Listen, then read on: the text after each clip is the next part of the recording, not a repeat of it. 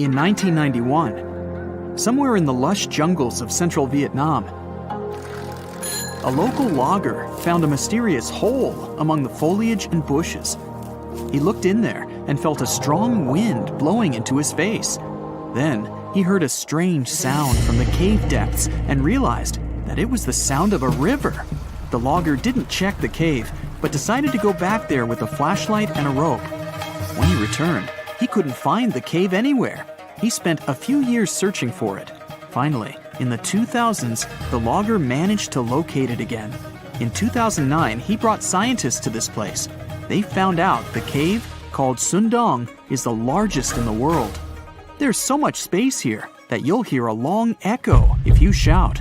Son Doong's main passage reaches 660 feet in height in some places, which is more than half as tall as the Empire State Building. The area of the cave is so huge that an entire New York City block with 40-story skyscrapers would fit in there. There's a deep underground labyrinth under the jungles of Vietnam, hiding 3 of the largest caves in the world, and Son Doong is number 1 on this list. The vast space inside is filled with various plants, unique microclimates, and different landscapes. There's a real jungle growing underground. It became possible thanks to the collapsed ceiling in some places.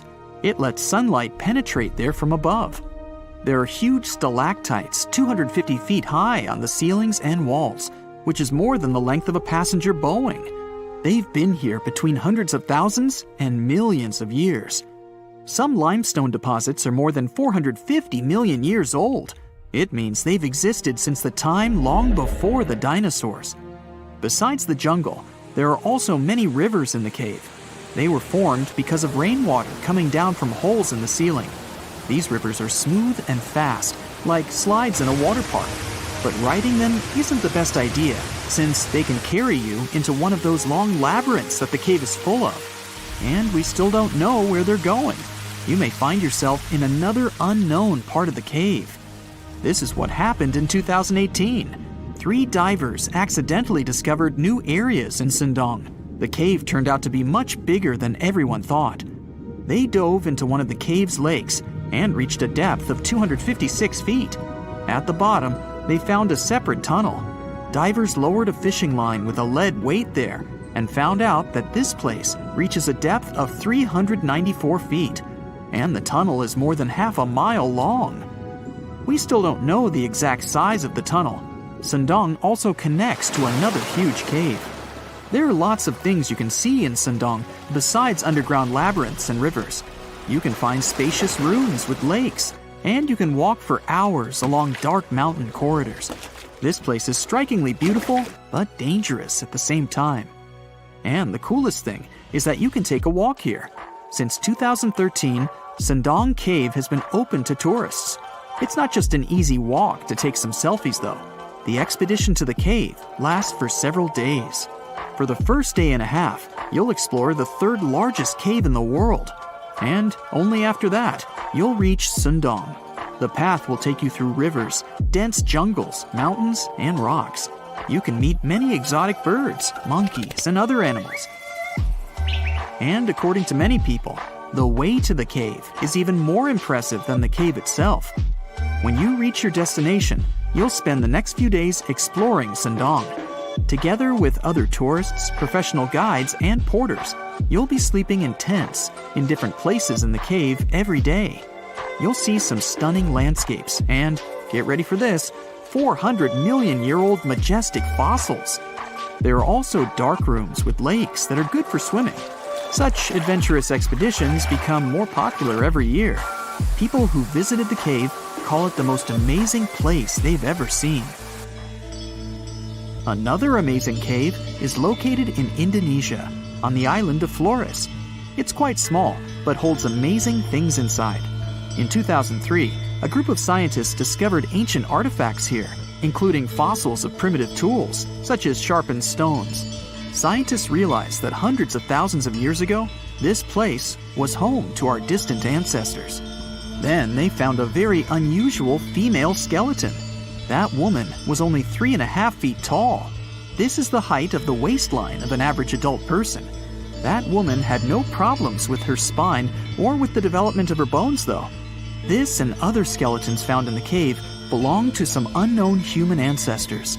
Scientists called this species Homo floresiensis, or simply, hobbit. The woman's weight was about 35 to 79 pounds.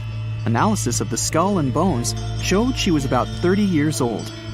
Hobbits probably lived on Earth between 190,000 and 50,000 years ago. There's a chance they met the ancestors of modern humans. The next cave is in Turkey. Imagine that you live in an old house and decide to make some repairs. You throw all the old stuff out of the rooms. The last place to sort out is your basement. You've hardly ever visited it and have no idea what's hidden there. But it's pretty spacious, so you decide to turn it into a room. You tear down the wall and discover the entrance to the cave. This is a tunnel that leads underground. You walk through the cave and see a real underground city.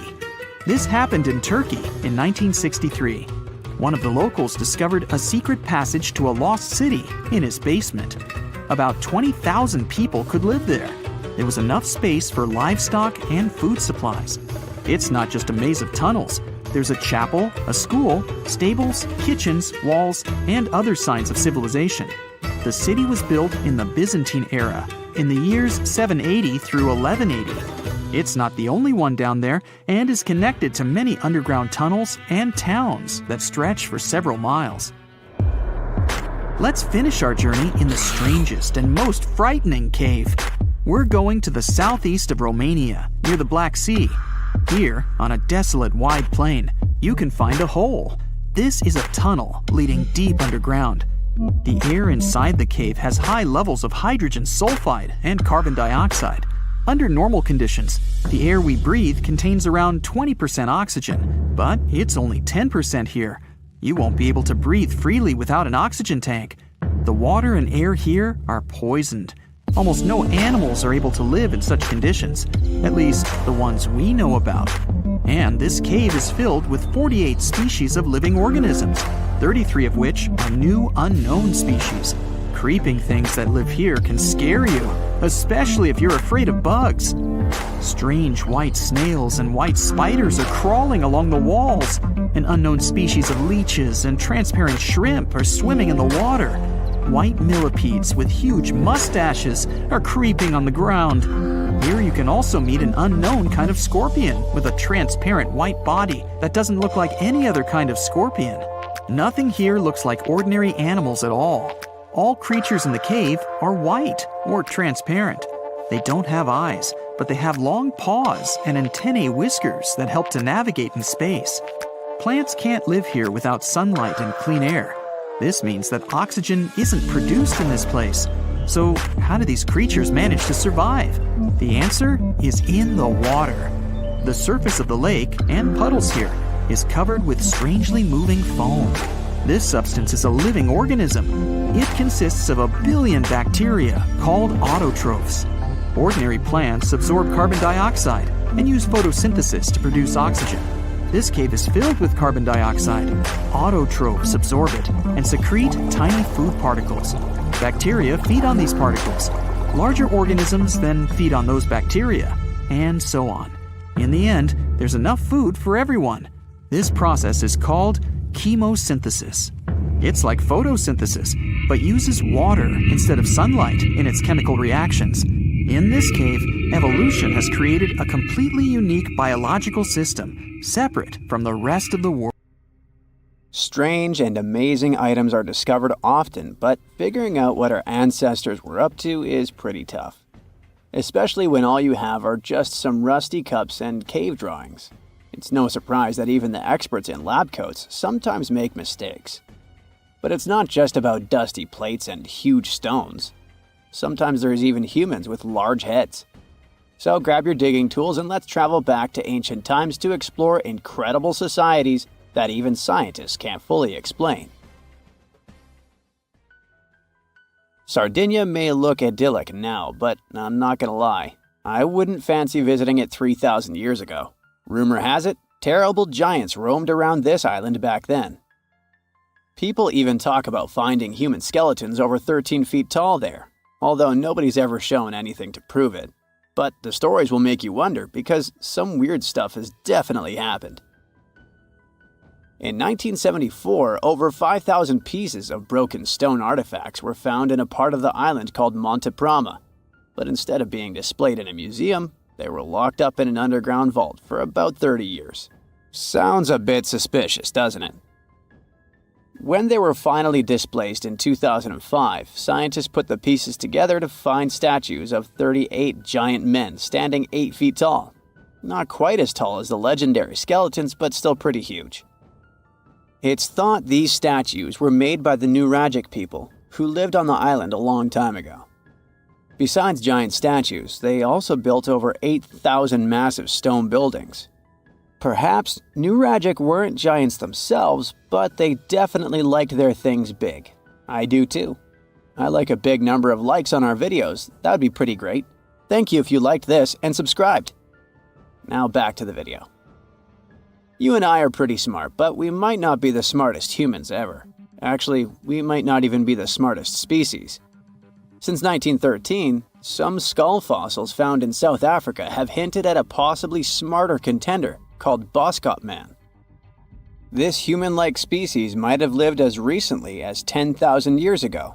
Their skull suggests they had really big heads, which means their brains could have been 30% bigger than ours. Wow! Their average IQ could have been around 149, making them among the smartest 0.05% of people today.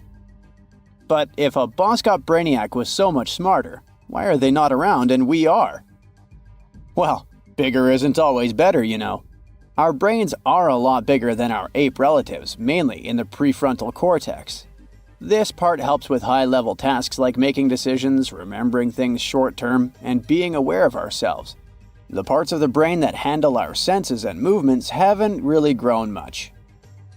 So, maybe the Boscops spent too much time dwelling on the past rather than doing practical things like hunting.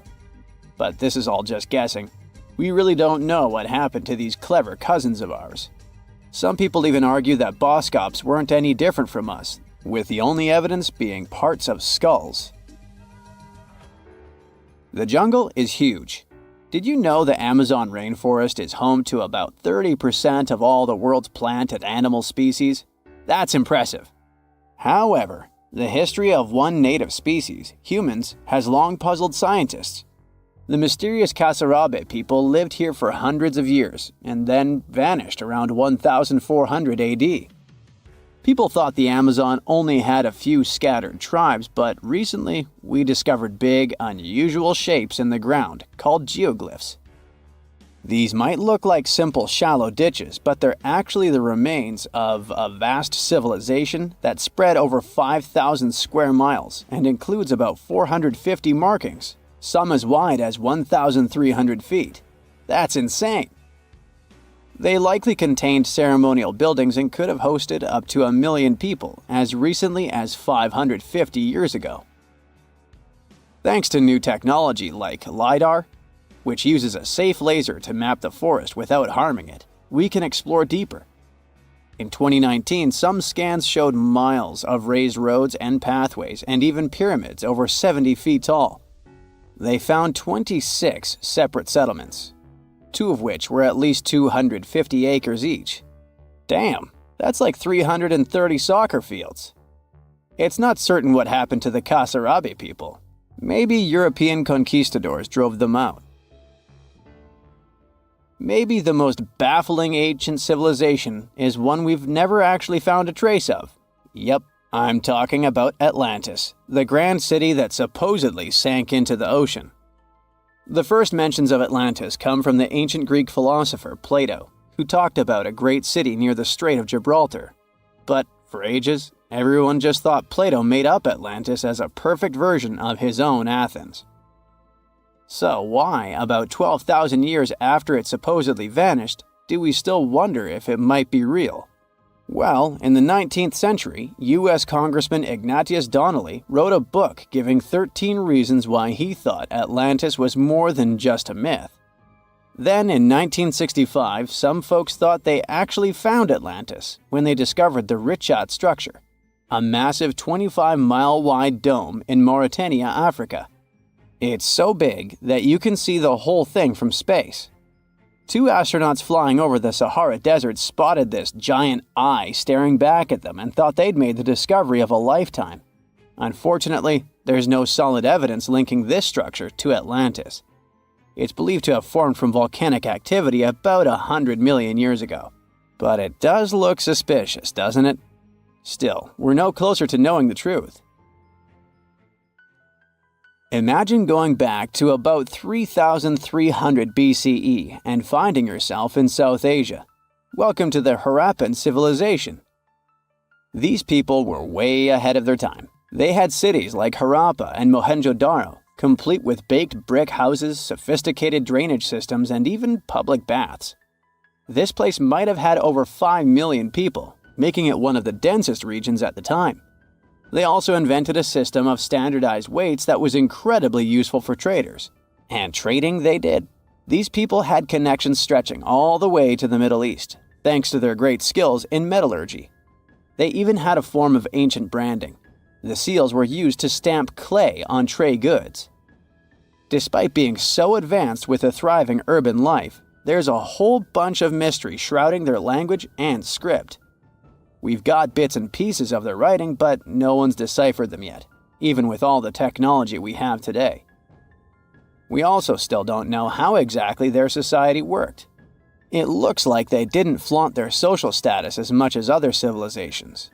No grand palaces or massive monuments. Instead, their largest buildings might have been granaries. They sure were practical. Unfortunately, all good things must come to an end.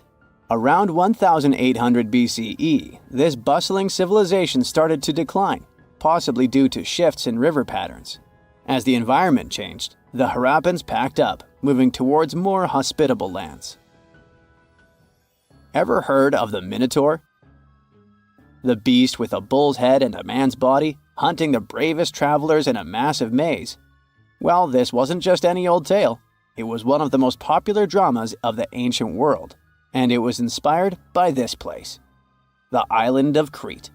The Minoans lived here during the Bronze Age. They had stunning palaces, amazing frescoes, and a culture so rich it still fascinates historians to this day.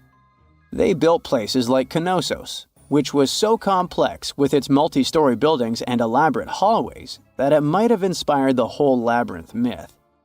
Their engineering was so ahead of its time that even their drainage systems were more advanced than what many of us have today. Let me know in the comments which of these stories you find the most fascinating, and thanks for watching. In 1991, somewhere in the lush jungles of central Vietnam, a local logger found a mysterious hole among the foliage and bushes. He looked in there and felt a strong wind blowing into his face. Then, he heard a strange sound from the cave depths and realized that it was the sound of a river. The logger didn't check the cave, but decided to go back there with a flashlight and a rope. When he returned, he couldn't find the cave anywhere. He spent a few years searching for it. Finally, in the 2000s, the logger managed to locate it again. In 2009, he brought scientists to this place. They found out the cave, called Son Doong, is the largest in the world. There's so much space here that you'll hear a long echo if you shout. Son Doong's main passage reaches 660 feet in height in some places, which is more than half as tall as the Empire State Building. The area of the cave is so huge that an entire New York City block with 40-story skyscrapers would fit in there. There's a deep underground labyrinth under the jungles of Vietnam, hiding 3 of the largest caves in the world, and Son Doong is number 1 on this list.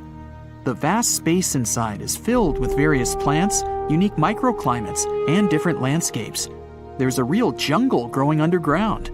It became possible thanks to the collapsed ceiling in some places. It lets sunlight penetrate there from above. There are huge stalactites 250 feet high on the ceilings and walls, which is more than the length of a passenger Boeing. They've been here between hundreds of thousands and millions of years.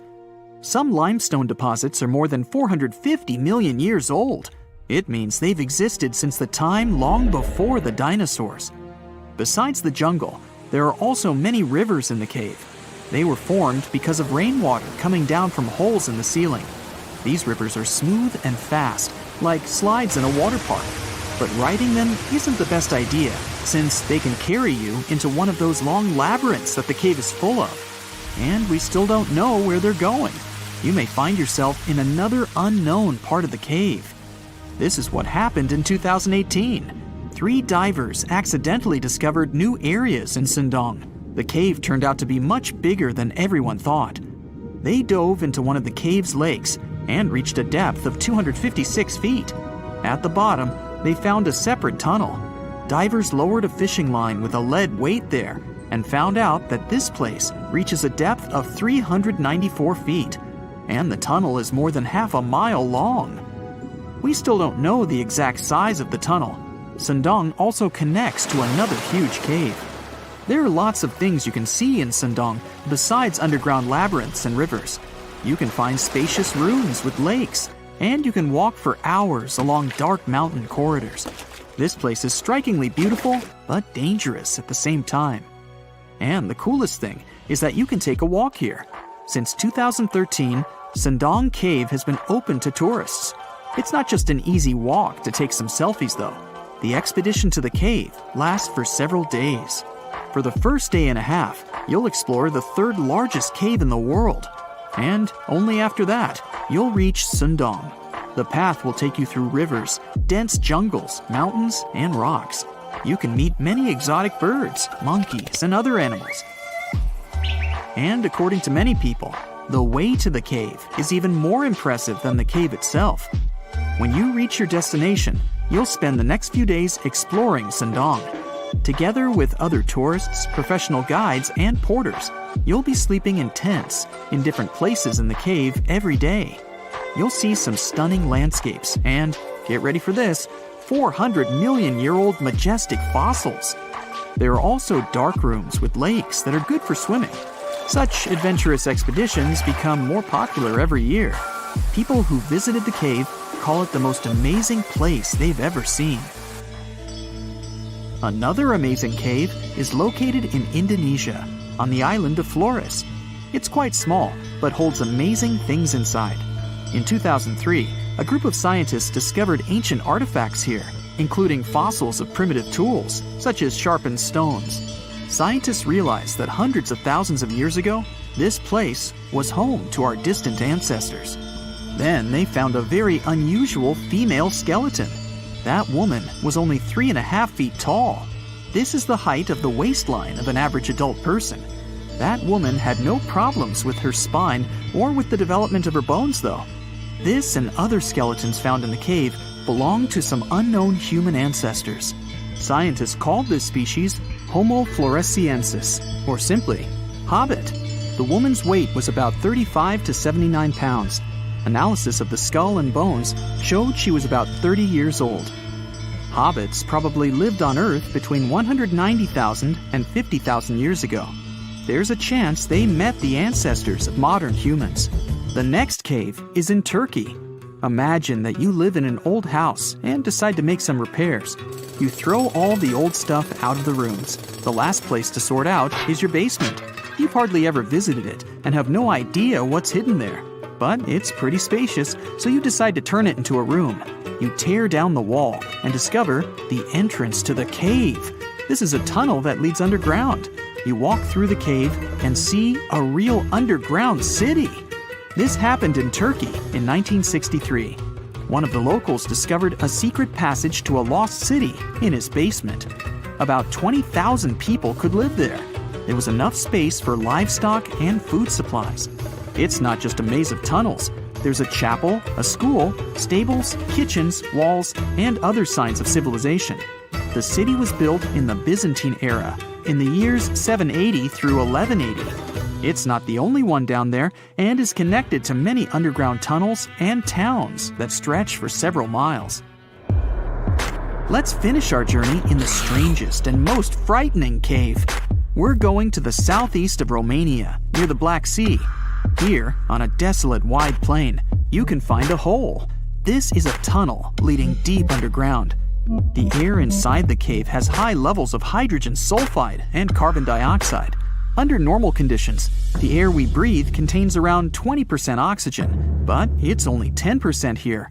You won't be able to breathe freely without an oxygen tank. The water and air here are poisoned. Almost no animals are able to live in such conditions, at least the ones we know about. And this cave is filled with 48 species of living organisms, 33 of which are new unknown species. Creeping things that live here can scare you, especially if you're afraid of bugs. Strange white snails and white spiders are crawling along the walls. An unknown species of leeches and transparent shrimp are swimming in the water. White millipedes with huge mustaches are creeping on the ground. Here you can also meet an unknown kind of scorpion with a transparent white body that doesn't look like any other kind of scorpion. Nothing here looks like ordinary animals at all. All creatures in the cave are white or transparent. They don't have eyes, but they have long paws and antennae whiskers that help to navigate in space. Plants can't live here without sunlight and clean air. This means that oxygen isn't produced in this place. So how do these creatures manage to survive?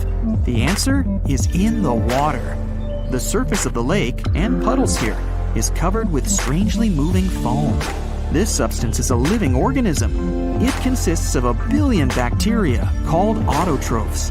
Ordinary plants absorb carbon dioxide and use photosynthesis to produce oxygen. This cave is filled with carbon dioxide. Autotrophs absorb it and secrete tiny food particles.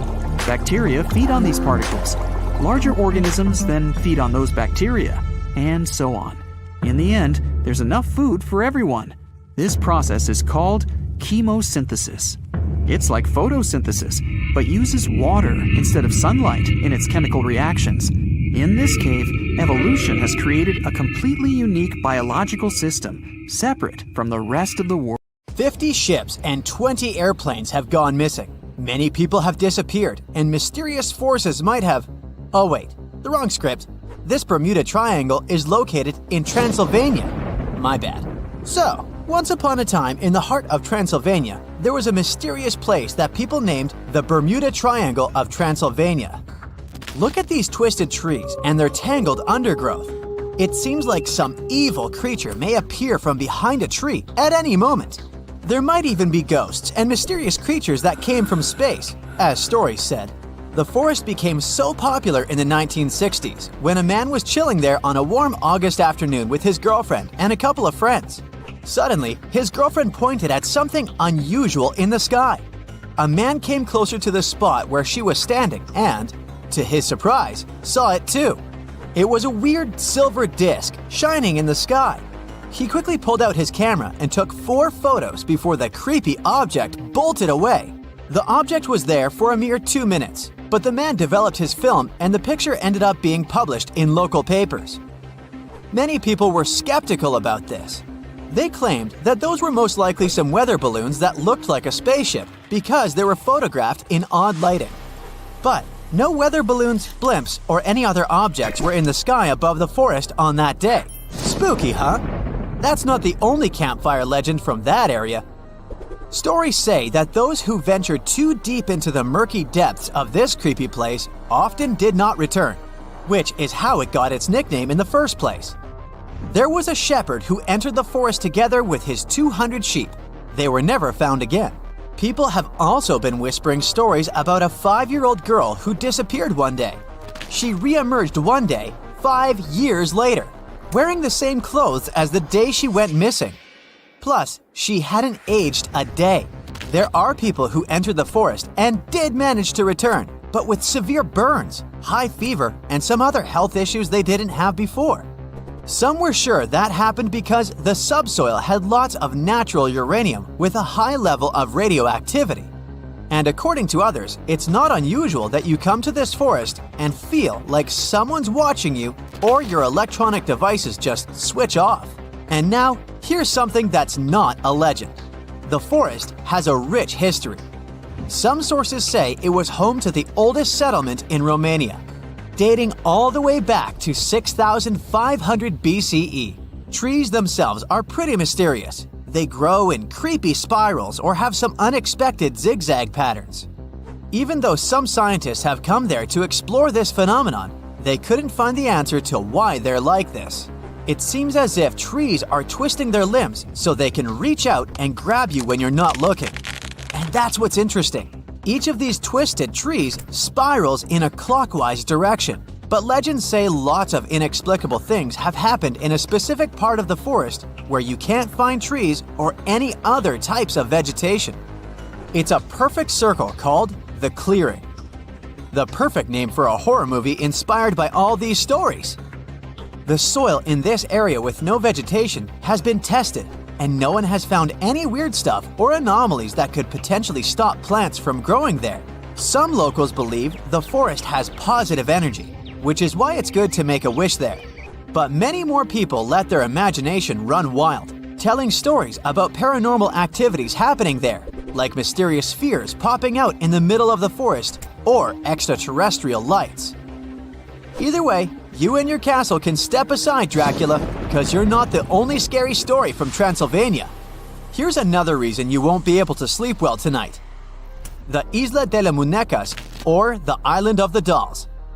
In the middle of the eerie and murky waters of canals near Mexico City, there's a small island. It may look charming at first, until you realize it's home to hundreds of dolls hanging from the trees and scattered throughout the overgrown vegetation. These dolls are old and decaying. They've lost their color over time, and their once cheerful faces are now twisted into expressions of despair and horror. There is a sad story behind this disturbing place. It says the island used to be home to a reclusive man who left his family more than 50 years ago to live alone on the island. He started obsessively collecting dolls that were lost in the canal. The story says he even traded products he grew to locals to get more dolls. The man didn't clean these dolls nor show any interest in fixing them. He would just decorate his island with them regardless of the state in which he found them. Even those that looked good ended up ruined due to winds and rain. They weren't just outside. His cabin was full of these scary dolls too. Many people were terrified of this place, claiming it was cursed, but others believed the dolls safeguarded the island. Moving to the suburbs of North London, where you can find the mysterious Highgate Cemetery. It's definitely not a typical resting place for the dearly departed. This cemetery has so many peculiar graves, including those of Karl Marx and Douglas Adams. But that's not what draws visitors to its gates. People come there because of the legends claiming that this place is haunted by all sorts of spooky creatures, including vampires. Yup, stories about shadowy figures hovering over graves with glowing red eyes and sharp fangs never get boring. But this place wasn't always this creepy. It was established in the middle of the 19th century, once neglected and overgrown with crumbling monuments and vegetation that seemed to swallow up graves. But these legends became popular along with the place itself in the 1970s, after the cemetery had appeared in several horror movies. Some visitors there are even self-proclaimed vampire hunters. There's this peaceful and charming village called Pluckley, just a short drive away from London. At least that's what it seems at first sight. People whisper Pluckley could be the most haunted village in England. As you go through its winding streets, you'll come across many spots legends say are haunted. Many of them are connected to the Daring family, which held the title of Lords of the Manor for over 4 centuries. What gives the sense of old times is the round-topped windows on many buildings. Legend has it, hundreds of years ago, Lord Daring escaped when his enemies captured him. He jumped through one of these windows head first.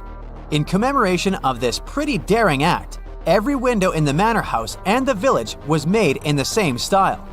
Even though the manor house burned down in 1951, the legacy of Lord Daring's escape lives on in the charming village of Pluckley. Some say Pluckley is surrounded by the so-called Screaming Wood. There are many legends about paranormal events that have occurred there. There are nice walking trails in this wood, but to be honest, I'd only be brave enough to hit them during the day. And how about the Crooked Forest? It's in Poland, and it consists of 400 pine trees whose trunks take a sharp 90-degree turn and then become weirdly curved, like the letter J. Someone planted them in the early 1930s, but it's still not completely clear how all these trees got the same curve. One scientist said this looked like a typical response to gravity. Plants have a special mechanism that allows them to reorient themselves when the stem is horizontal to gravity. So, these trees may have been grown this way for making boats or furniture. Of course, human imagination goes way beyond science, so many tried to explain the existence of these trees with stories of spirits that possess these trees or mysterious creatures from space that made them this way. Okay, I'm on. Let me just grab my popcorn.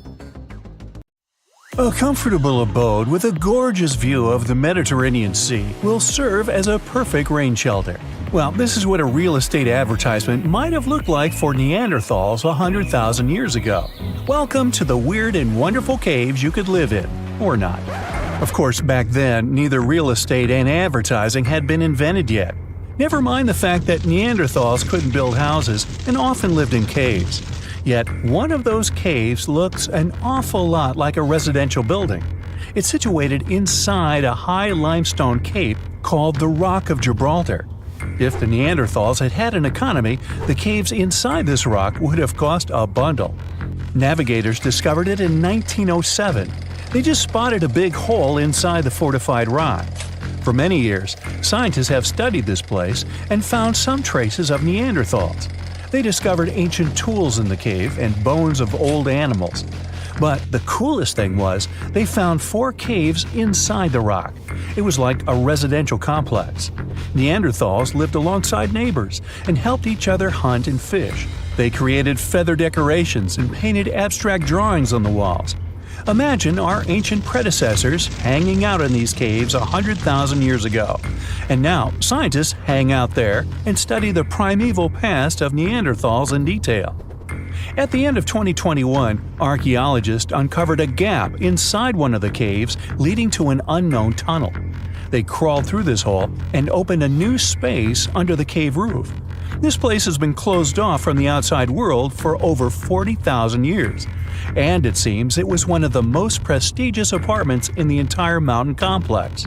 It has high ceilings with ancient stalactites. The ruined stone curtains divided the apartment into several rooms. Scientists also found the remains of ancient animals and scratches on the walls.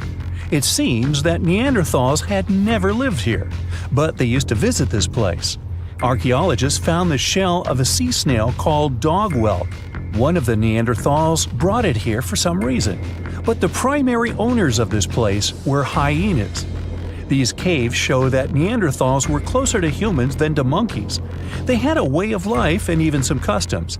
There's still a lot of work ahead, and scientists hope to find new rooms inside this rock. Meanwhile, in 2003, archaeologists discovered another early dwelling on the Isle of Flores in Indonesia. Among the green jungle, they found a cave with ancient tools. At first, everyone thought the human ancestors lived here, but then scientists discovered an unusual skeleton of an adult. A thorough analysis showed the skeleton belonged to a 30-year-old woman, 3.5 feet tall, just above the waist of an average adult. The woman's weight was equal to the weight of an adult shepherd. The skeleton didn't belong to Neanderthals or Australopithecines. It was a new unknown species, which scientists called Homo floresiensis, or simply the hobbit. Also, there were remains of unusual ancient animals in the cave. It was an elephant the size of a cow, some large storks, and giant rats. Archaeologists have found out that hobbits were not the owners of this place. The main inhabitants were the rats the size of a cat. Maybe they were fighting the hobbits. Some analysis shows that Homo floresiensis wasn't our direct ancestor. They were in a separate branch of evolution. The hobbit skeleton looks more like that of a monkey than of modern humans. In 2009, in the dense jungle of Vietnam, archaeologists discovered Son Doong, the largest cave in the world. If you go inside the cave and shout, you'll hear your echo a long time. In some places, the height of this cave reaches half the height of the Empire State Building, and the total area is larger than one central block of New York. Son Doong is one of the 3 caves in the Vietnamese jungle. Many intricate mazes connect these caves. Inside, you can find unique plants and trees that live separately from the outside world. It's a real underground jungle.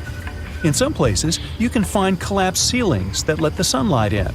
Besides unusual trees and plants, ancient stalactites hang there. Some limestone deposits are more than 450 million years old. They were here even before dinosaurs appeared. There are also many rivers in the cave. Rainwater coming down from holes in the ceiling has formed them. Fast streams resemble slides in a water park. They lead to unknown underground labyrinths. Scientists have studied only a small part of all these caves. The next unusual cave is in New Zealand. Hundreds of thousands of fireflies live inside. Each of them glows with a blue light. Together, they light up the cave. It may seem to you that you're on another planet, but you can't stay there for a long time. Special air measuring devices are everywhere. Scientists monitor the level of carbon dioxide necessary for the normal existence of fireflies. These insects are sensitive to the environment. If there are many people in the cave, or they stay there too long, the park staff will ask them to leave the place. It's like you're literally stealing oxygen from the fireflies. We've seen some pretty amazing caves so far, but how about a scary one? We're going to the desert of Yemen's Al Mara province. What we're looking for is not a cave, it's just a black hole in the ground, right in the middle of the desert. It's big, the size of a basketball court. It's not its size that could scare you, but what's inside. Scientists are still not sure what it is. From the depths of this black abyss, a disgusting smell of rotten eggs constantly comes out, and sometimes you can hear some strange, frightening sounds. The blackness of the giant hole in Yemen absorbs all the sun's rays, so you won't see what's there even with a powerful flashlight. People flew over this place by helicopter. They filmed using drones and the most powerful lenses, but they didn't catch anything except darkness. It looks like a big ink spot in the middle of golden sand. The locals are afraid to approach this place. They believe the cave leads to another dimension where evil creatures live. At the moment, the giant hole in Yemen is one of the most poorly studied and mysterious phenomenon of nature. How did it appear? How old is it? Where does it lead? Scientists are trying to find the answers to these questions. There are theories that the hole appeared because of construction work. Geologists drilled the soil nearby in search of minerals. It could have caused fluctuations in the Earth's crust and collapsed the surface. But no one can prove this theory, yet. And now, imagine a place where sunlight has not penetrated for more than 5 million years. There's little oxygen, and it's cold and damp. Still, life is born in this place, not only microbes and bacteria, but also something bigger. The living conditions in this cave are very different from the usual ones, so, in a sense, this cave is like another planet. It's the Movile Cave in the southeast of Romania, near the Black Sea. The entrance is a small hole in the ground. Inside, a tunnel leads deep below the surface. The levels of hydrogen sulfide and carbon dioxide are above normal inside the cave. The air here is half as much oxygen as on the surface. People can't be here without an oxygen mask, but other creatures living here can. The cave is home to 48 species of living organisms. 33 of them are unknown. Here you can meet some unusual insects, white snails and white spiders, millipedes with huge whiskers, transparent shrimp, and unique species of leeches. They all live here thanks to the little bacteria autotrophs. They absorb carbon dioxide and release food particles. Bacteria feed on it. Other larger organisms feed on these bacteria, and some bigger organisms eat those little ones. In the end, everyone gets food. In this cave, evolution has created a biological system separate from the rest of the world. Well, in ancient Egypt, people wore heavy, donut-sized bracelets, giant earrings, necklaces, and their neck collars were totally bedazzled with beads and stones. Now, did they fall over from being so top-heavy? It doesn't say. They also invented wigs. Probably some ancient Egyptians didn't feel like styling their hair every single morning. Hey, I can relate. Just shave your head, pop on a wig, get to work on time. Some of the wigs had jewels in them too. Most Egyptian clothes were made of linen. No big surprise, it's hot over there. Even though they would normally wear kind of plain clothes, their jewelry had to pop. Wealthy or not, a large necklace was a must. If you wanted to turn heads, it had to be gold, but cheaper metals were popular too. Look closer at those Egyptian paintings. See those weirdly shaped cones popping out of people's heads? This head cone was made of a mix of wax and oils, and it was for… wait, am I reading this right? It was supposed to melt thanks to your body heat and spread sweet-smelling oils everywhere. How lubricating. Cleopatra had her trademark eye makeup look, and Egyptians were probably the first to invent mascara. They'd mix honey, soot, water, and crocodile dung. Ooh. They'd apply this crazy mix right onto their lashes and eyebrows. It probably didn't smell all that great, but at least it was safer than those toxic lead eyeliners people used to use. All natural. Now, ancient Greeks took some style tips from their Egyptian neighbors, but they'd even wear clothes made from wool. Hot and sticky. Their clothes didn't come in a lot of color options. They were mostly white. But if someone really wanted to rock a colorful outfit, they needed to dye it themselves with insects. It's not a back-in-the-day thing. Every time you grab a couple of sugar-coated candies, remember this. Some of that coloring may have come from beetles. Your lipstick, too. Mwah! If you happen to be a wealthy ancient Greek, you'd be able to buy cotton. You, yes you, wearing a cotton t-shirt, watching this video. Do you feel as cool as a noble ancient Greek? And you probably take that rack of shoes you never wear for granted. But for an ancient Greek, shoes were a privilege. They mostly walked around barefoot. Just like in Egypt, Greeks were all about wigs. They were made mostly of natural hair. Way later, in the Middle Ages, people would powder their wigs, trying to give them a lavender or orange scent. And in those times, let's just say soap wasn't really a thing. So a powdered wig came in handy when people needed to cover up any unwanted smells. Clothes in ancient Rome were pretty similar to those worn in Greece. There were two main clothing types, togas and tunics. Tunics were worn by everyone, while only noble citizens of Rome could wear togas on top of their tunics. Togas were extremely wide and up to 18 feet long, so it was impossible to put them on without someone's help. Hey, didn't they have totally terrific togas and tunics? I think so. If you weren't really the kind of woman who loved doing the dishes, you would have loved wearing a dress with blow. Many centuries ago, women would wear clothes with absurdly long sleeves to show how noble they were. Imagine washing the floor with 5 inches of extra sleeve. Even though these sleeves restricted your movements a lot, they were still super trendy in medieval France. Hundreds of years ago, a lot of European men wore shoes that were ridiculous. These shoes had a unique feature: extremely long pointed tips. The nobler the person, the longer the tips. But once they got a bit too long, they started to sag. So people would stuff them with random things like moss and even horsehair. They looked like huge beaks. Back then, ladies had their trends too. For example, they would shave their eyebrows off. The forehead was the trending facial feature back then, and they wanted to stand out. England had some fashion trends that, Today, people shell out thousands of dollars to make their smiles perfect, white, and shiny. But back in Tudor England times, women would blacken their teeth on purpose to seem wealthy. Sugar was hard to come by, and only the wealthiest could afford it. It was widely believed that the wealthier you were, the more sugar you ate, and the blacker your teeth would get. Now, if you're already rocking some fake black teeth and you want to go full-out Tudor, try rocking this look. Back in the 16th century, men and women would stuff their sleeves with cotton, wool, sawdust. It was basically an old-timey fake muscle shirt, like the one you bought to go out under that Superman outfit you made last year but never wore to go out trick-or-treating.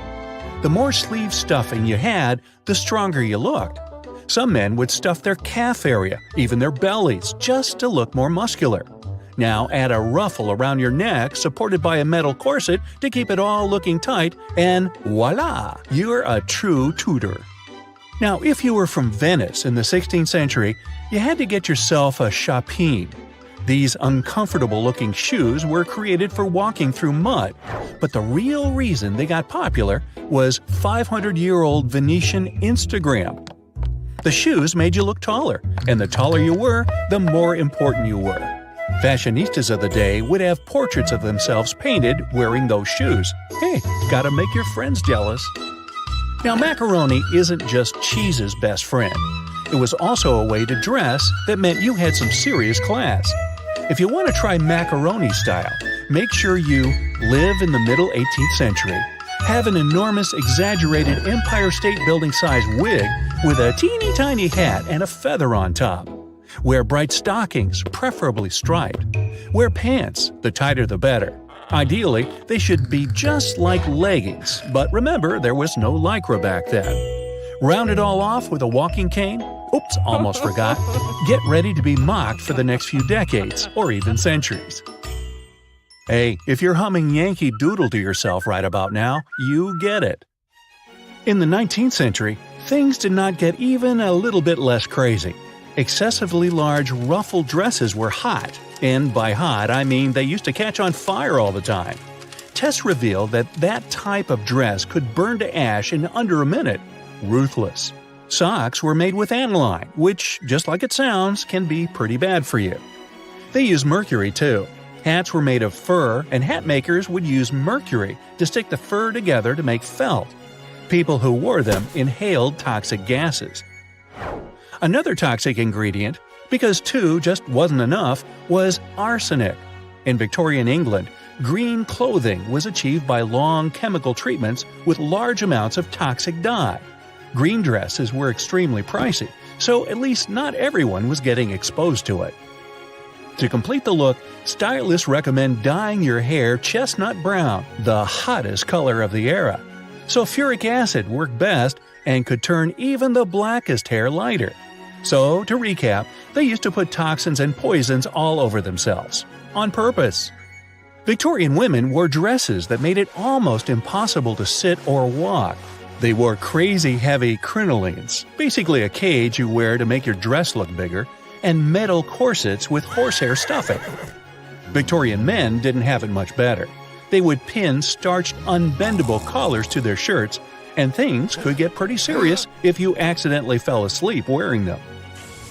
It's the 19th century in the USA, and they're using arsenic in their cosmetics. Manufacturers would add it to wafers, promising that their product would help get rid of any facial imperfections. The amount of arsenic they added did help clear the skin and make it paler, but veggies and fruit would have done the same job without being so dreadful for you. Radioactive cream didn't sound wild at all at the beginning of the 20th century.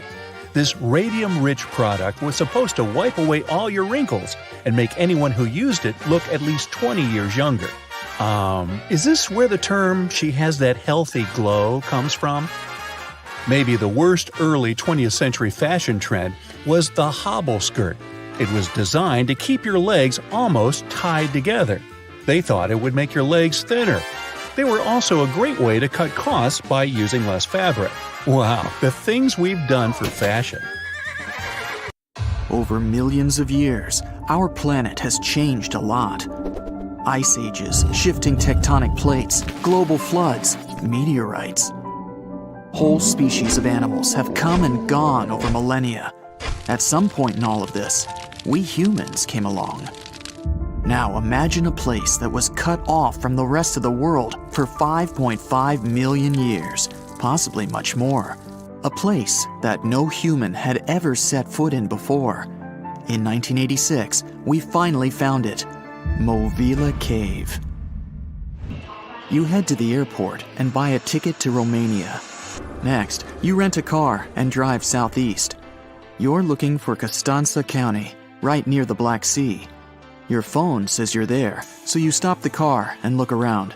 You're in the middle of a deserted field, nothing but a wide, lifeless plain. Then, you see it. A hole in the ground. As you move closer, you realize it's a shaft that leads deep down into the Earth's crust. Before you descend into the darkness, you take a rope, a hard hat, a powerful flashlight, and an oxygen tank. Don't forget to wear your protective suit and oxygen mask. You climb down slowly and look around. It's pitch dark below you, and you feel a little uneasy. But something's off. The darkness. It's not cold. Warm air wafts up from the depths. Finally, you feel the ground under your feet. You look around and see a lot of tunnels ahead that lead into the depths of the cave. The tunnels are covered with dry clay.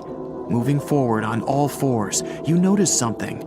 The air is getting warmer and wetter. You come out of a narrow tunnel and find yourself in a huge cave with a lake in the center. Now for the hard part, you have to dive in. The moment you get in the water, you get attacked by the smell of rotten eggs.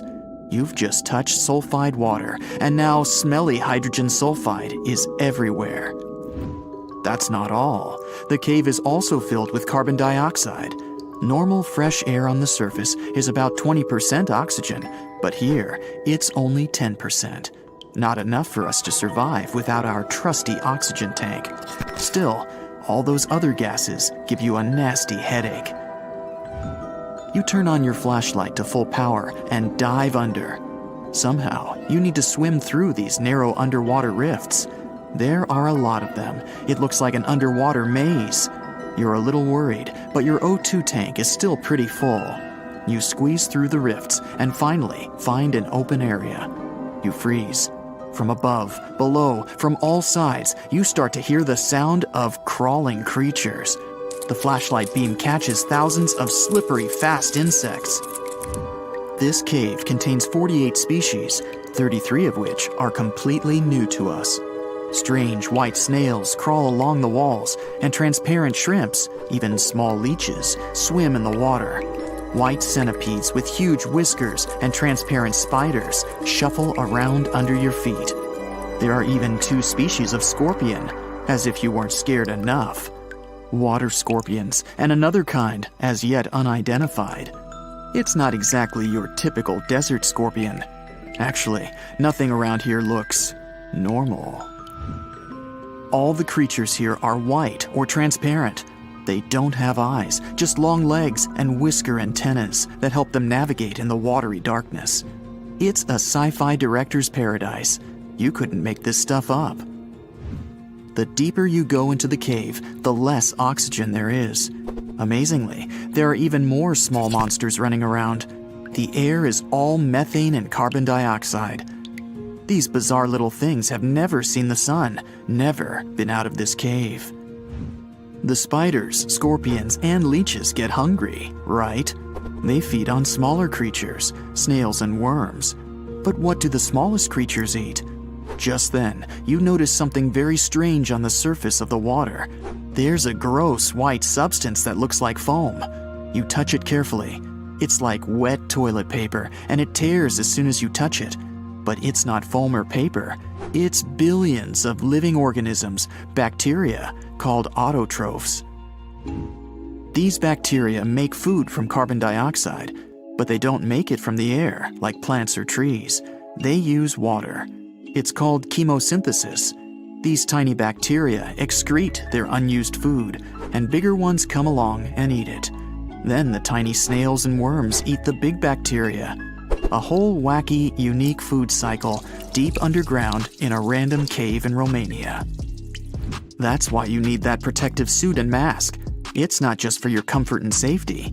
Without the suit, you might accidentally leave behind some human bacteria from your skin or something. It could ruin the delicate balance of life in this underwater world. The underwater cave is too small and dangerous for expensive scientific equipment, so you grab a couple of samples of water, land, and air and get out of there as fast as possible. The cave hasn't been fully explored yet. The Romanian authorities don't allow just anyone to scuba dive on down there. Let's see in a few years. Who knows what else they'll find? You're back at your fancy lab, and you start to understand why that cave is such a big deal. The conditions in Movile are almost the same as in the first years of Earth's existence. Back then, our world was shielded from the sun by a dense atmosphere. It's actually possible that the microbes found in the cave are the same ones that were around way back when life began.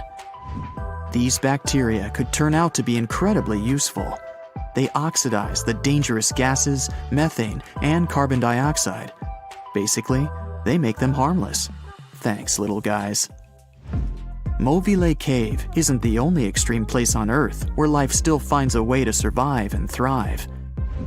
Picture the Eiffel Tower in Paris. Now imagine 10 of them on top of each other. Now imagine drilling down that deep. Got it? Life still goes on, even this far down. There's almost no oxygen there. The pressure is insanely high, and it's hotter than the hottest desert. Welcome to the nematode empire.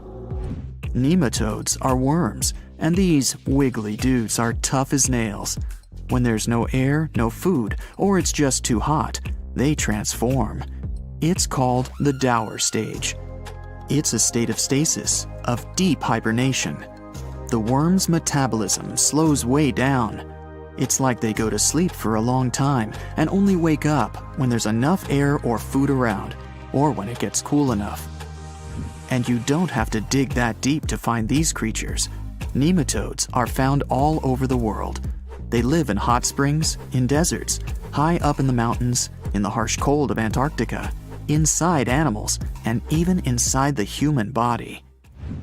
You don't have to travel to Mars to find out of this world scenery. There are places on Earth that look unreal. The Danakil Depression in Ethiopia is one of the hottest, driest, and most inaccessible places anywhere on Earth. It's a large desert that gets almost no rain, but there's still plenty of liquid around. It sits on 2 active volcanoes, so liquid hot magma often flows up from under the Earth's crust. There are also colorful lakes full of acidic water. The salt from the lakes reacts with volcanic minerals, making bizarre figures that look like the backdrop of a sci-fi movie. Toxic gases and chlorine vapors rise up from the lakes, making it one of the most dangerous places on Earth. You need a gas mask to survive, but life always finds a way. There are living things here, even in a lake so hot that the acidic water actually boils.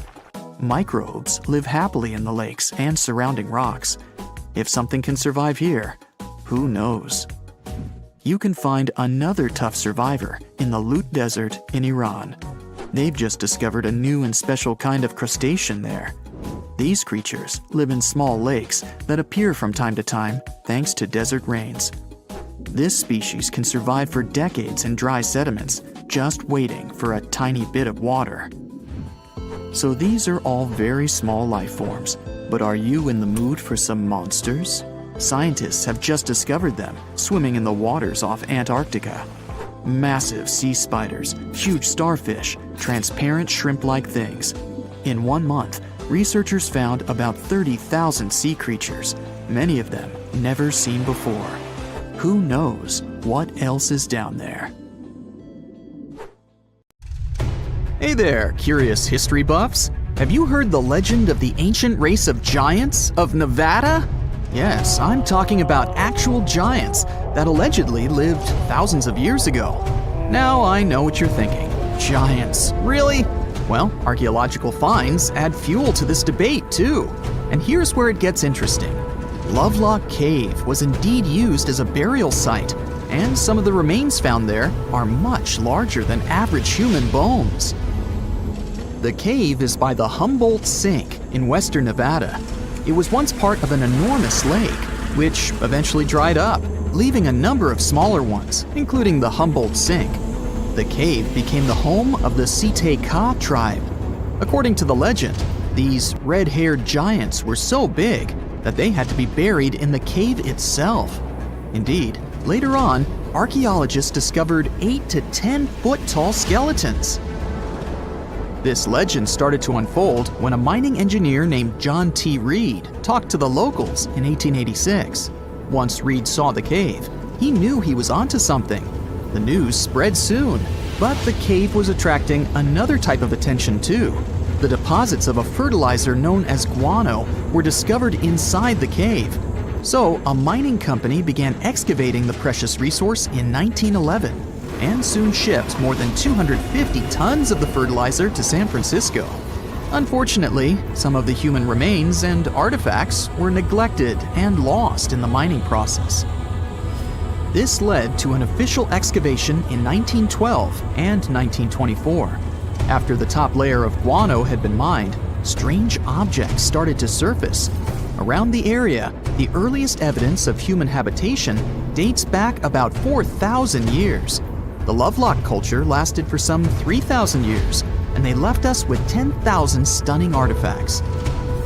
The pits in the cave were like a series of time capsules hidden at different depths. Archaeologists determined the age of each pit by its depth.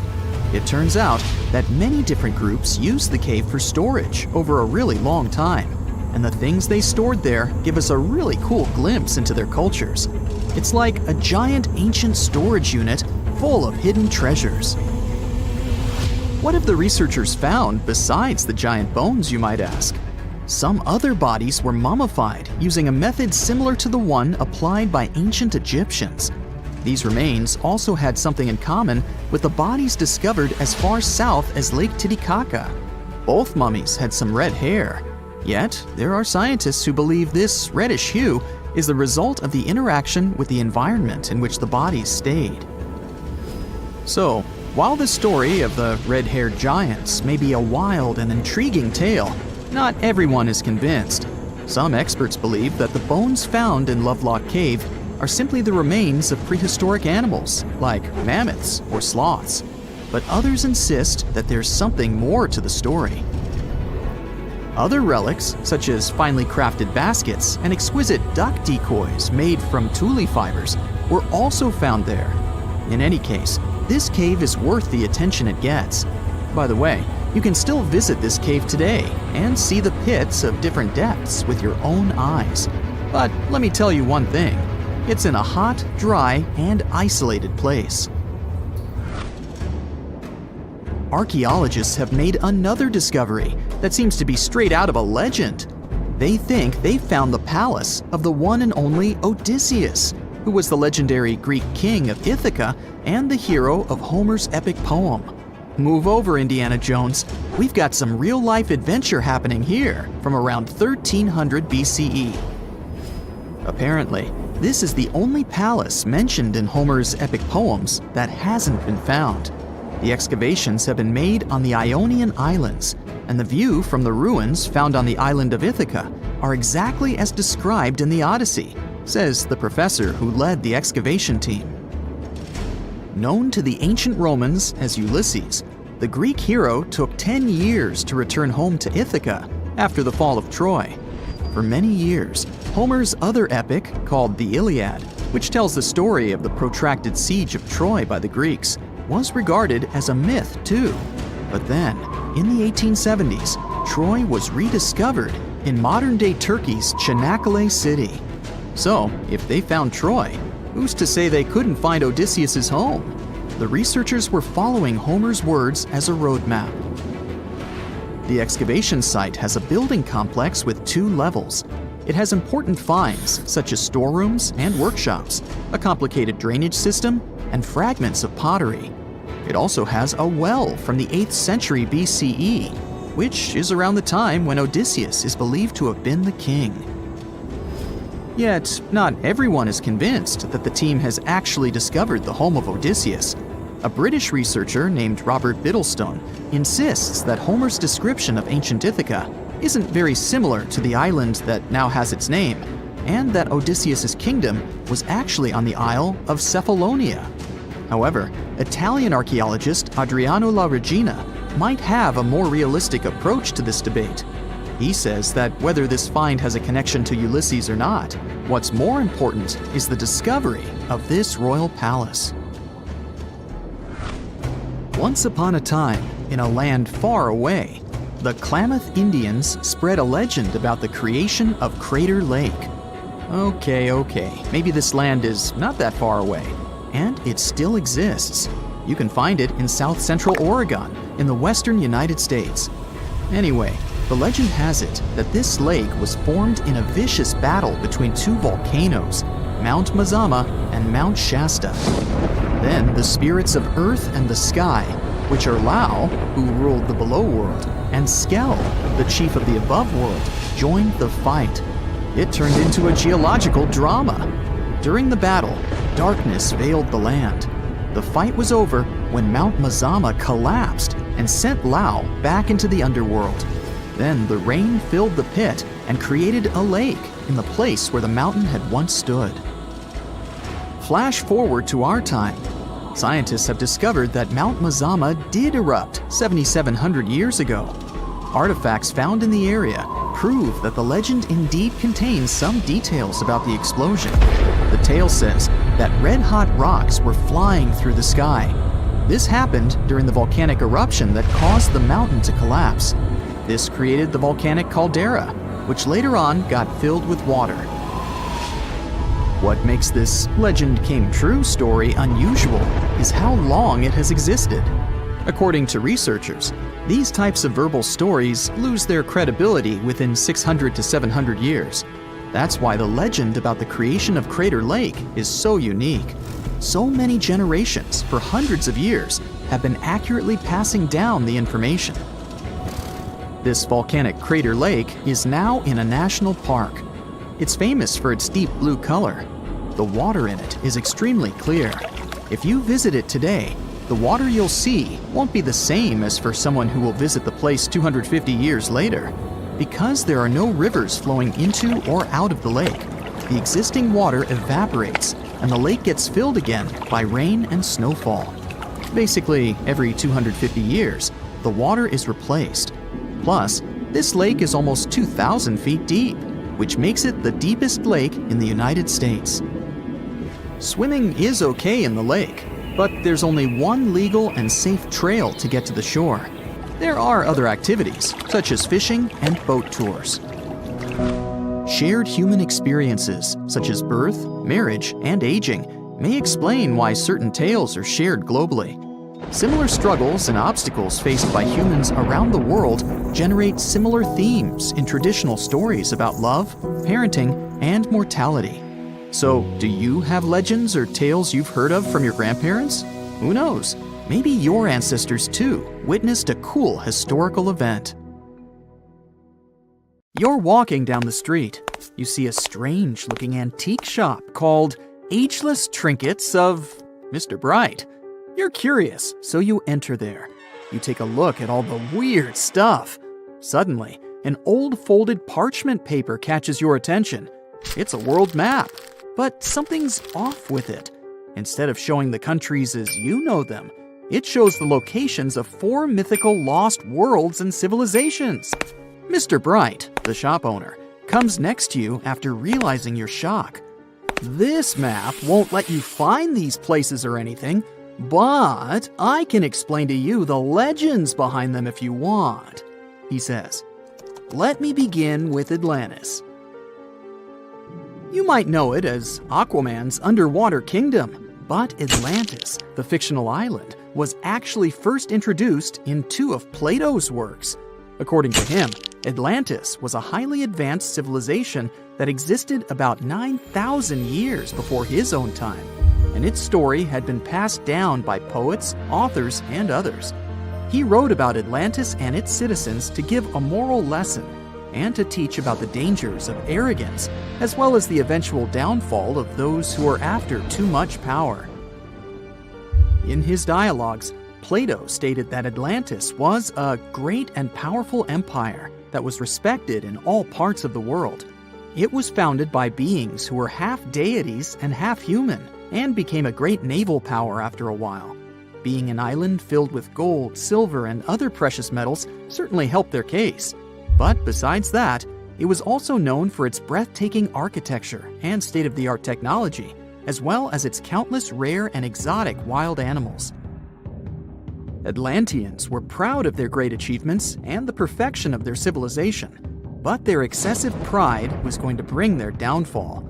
They believed they were so superior that they could gain control over any nation. This led them to launch a series of invasions. They conquered many of the Mediterranean lands, but when it was time to enter Athens, Athenians pushed back with an extraordinary force, so the Atlanteans were finally defeated. Plato stated that deities then got angry at Atlanteans because of how wicked, greedy, and immoral they became. So they punished them by sending earthquakes, which caused Atlantis to sink beneath the sea. Although the earliest written records of Atlantis were Plato's works, some people still believed his story to be based on truth and tried to identify the island of Atlantis with actual countries. Some people suggested it may have been located in the Mediterranean Sea, near the coast of Spain or Italy. Others thought it may have been located in the Caribbean, off the coast of Central or South America, but there was no solid evidence to support any of these claims. One theory, in particular, seemed more plausible than the others, though. Located in the Aegean Sea, the island of Santorini was the home of a highly advanced Minoan society. However, due to a huge volcanic eruption, it was destroyed about 3,600 years ago, causing the Minoan civilization to suddenly disappear. These similarities between the fictional Atlanteans and the historical Minoans made Santorini a good candidate for the speculations. Yet again, there were still major flaws with it, such as how the time when Plato said Atlantis was destroyed doesn't coincide with the time of Santorini's eruption. So Atlantis still continues to be regarded as nothing more than a popular legend in the scientific world. Now, let's move toward the northeast direction on the map, Mr. Bright says. According to Celtic Breton mythology, there once was a magnificent city called Ys, also known as Caris, that towered over Douarnenez Bay in France's Brittany region. It was the most wealthy city in the entire Atlantic. It was especially famous for its beautiful gardens and buildings, and its citizens were all living comfortably and happily there. Dahut, who was King Bradlon's daughter in Breton legends and literature, had a deep love for the sea. She begged her father to build a city at the edge of the sea, and that is how the city of Ys was established. Little did she know that she would be the one responsible for the destruction of her father's beloved gift. You see, since the city was surrounded by the sea, it needed to be protected by a dike equipped with floodgates, and these gates could only be opened at low tide. And the only one who had the keys to these gates was the king himself. One day, a handsome red knight arrived at the city, but couldn't pass the gates. Dahut was so taken by him that she wanted to let him in. She knew that her father was the keeper of the only key to the city, so she sneaked into his room and stole it from him. Then she gave it to the Red Knight so that he could enter the city and they could be together. However, the Red Knight turned out to be the Prince of Darkness, and he intentionally left the gate open to the raging sea. The waves soon swallowed all of Ys. King Gradlon was able to escape on his magical horse, but Dahut couldn't. She turned into an evil mermaid who lured sailors into the sea. Today, if you go to Quimper, a city in Brittany, northwest France, you can find the statue of King Gradlon riding on his horse. Although the city of Ys is a legend, Brittany coast locals believe that on the days when the waters are calm, you can still hear the tolls of the city bells deep under the sea, if you listen carefully. Mr. Bright then points at the Indian Ocean on the map and says, "Now, have you heard about Lemuria?" Back in the mid-1800s, a few scientists suggested that there was once a continent that existed in the Indian Ocean, somewhere close to the south of modern-day Sri Lanka. The first one to popularize this theory was the British lawyer and zoologist Philip Lutley Sclater. In his paper, The Mammals of Madagascar, he stated that he found lemur fossils in India, and not in Africa. However, this discovery was extremely shocking to him because of the fact that lemurs' original homeland, Madagascar, is much closer to Africa. He proposed that this was possible only if some larger continent connected the two once. He stated that this continent must have eventually sunk to the ocean floor. He then named it Lemuria, and hence the theory was born. People who came after Sclater took his theory a step further and thought that Lemuria was also the home of an extinct race of humans called Lemurians, who had 4 arms and enormous bodies, and were also the ancestors of modern-day humans, as well as lemurs. Of course, as new scientific discoveries were made on plate tectonics, evolution, and the study of DNA, the theories regarding the fictional continent called Lemuria were debunked. The last fictional land on the map is Agartha, Mr. Bright says. Taking its roots from Eastern mysticism, one legend says there's a kingdom called Agartha that is located deep beneath the surface of the earth. It's where all four corners of the world are connected by paths and tunnels. It is said that there's a secret entrance into Agartha hidden in the Gobi Desert, and it's built by Agarthans themselves using advanced technology that can't be detected by us, the surface folks. According to some beliefs, Agartha exists to counterbalance the energies of those who live above the surface. While we live in a state of rush and heightened emotions, this world beneath us is the total opposite. Some even say that those who escaped Atlantis fled here to continue their lives inside the Earth's core. And yet, others think it's actually a land that's crawling with all kinds of monsters. But there's no need to be scared, since modern science proved Earth's core is not actually hollow and is a solid hot iron ball. So you can cancel your journey plans to the center of the Earth if you've made any. Thanks, Mr. Bright. We people used to have real superpowers, but they all disappeared long ago because these abilities became useless and evolution took them away. For example, one of these superpowers was hibernation sleep. Yeah, it doesn't sound as cool as teleportation or flying, but in the modern world, it would be helpful. Imagine that you go to bed before winter and wake up in the spring. No cold weather, no spending money on food at this time, just a long, deep sleep. So perhaps our ancient hominin ancestors, more like primates than humans, could fall into a long hibernation. It was about 500,000 years ago, hundreds of thousands of years before the appearance of the first Homo sapiens. Hominini of that time lived in caves during the Ice Age and fell into a long sleep to survive. However, this is not a confirmed fact, but scientists have some guesses about it. Paleontologists discovered many fossils of our ancestors in one Spanish cave. The analysis showed that hominini lacked vitamin D and fat reserves.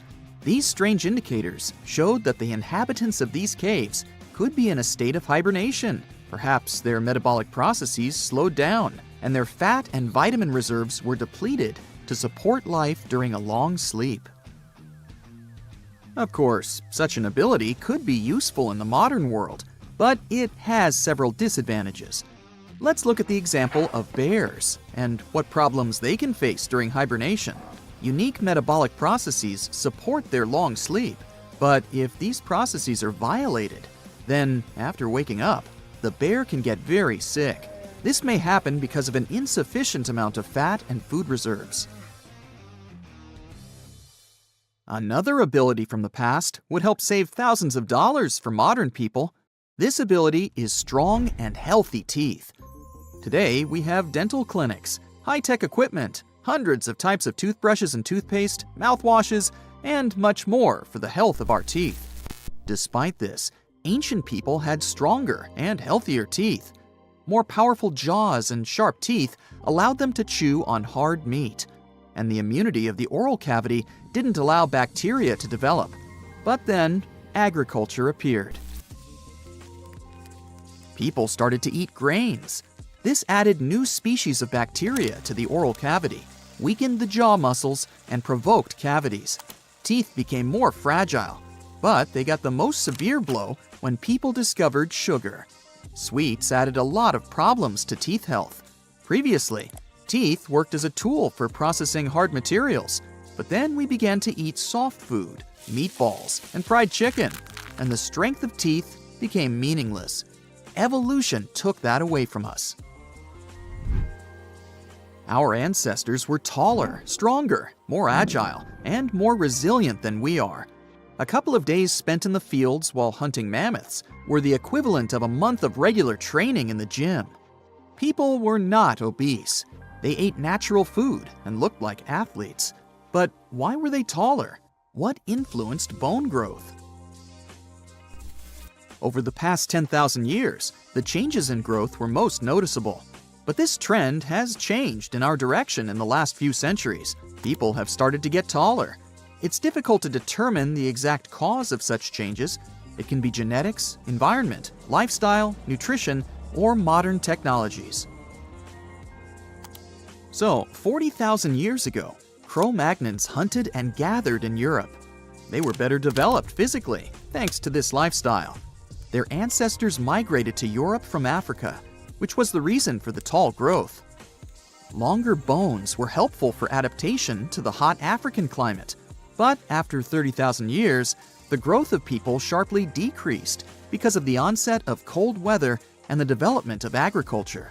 Our ancestors went through times of famine, and their bodies shrank over time to adapt to a meager diet.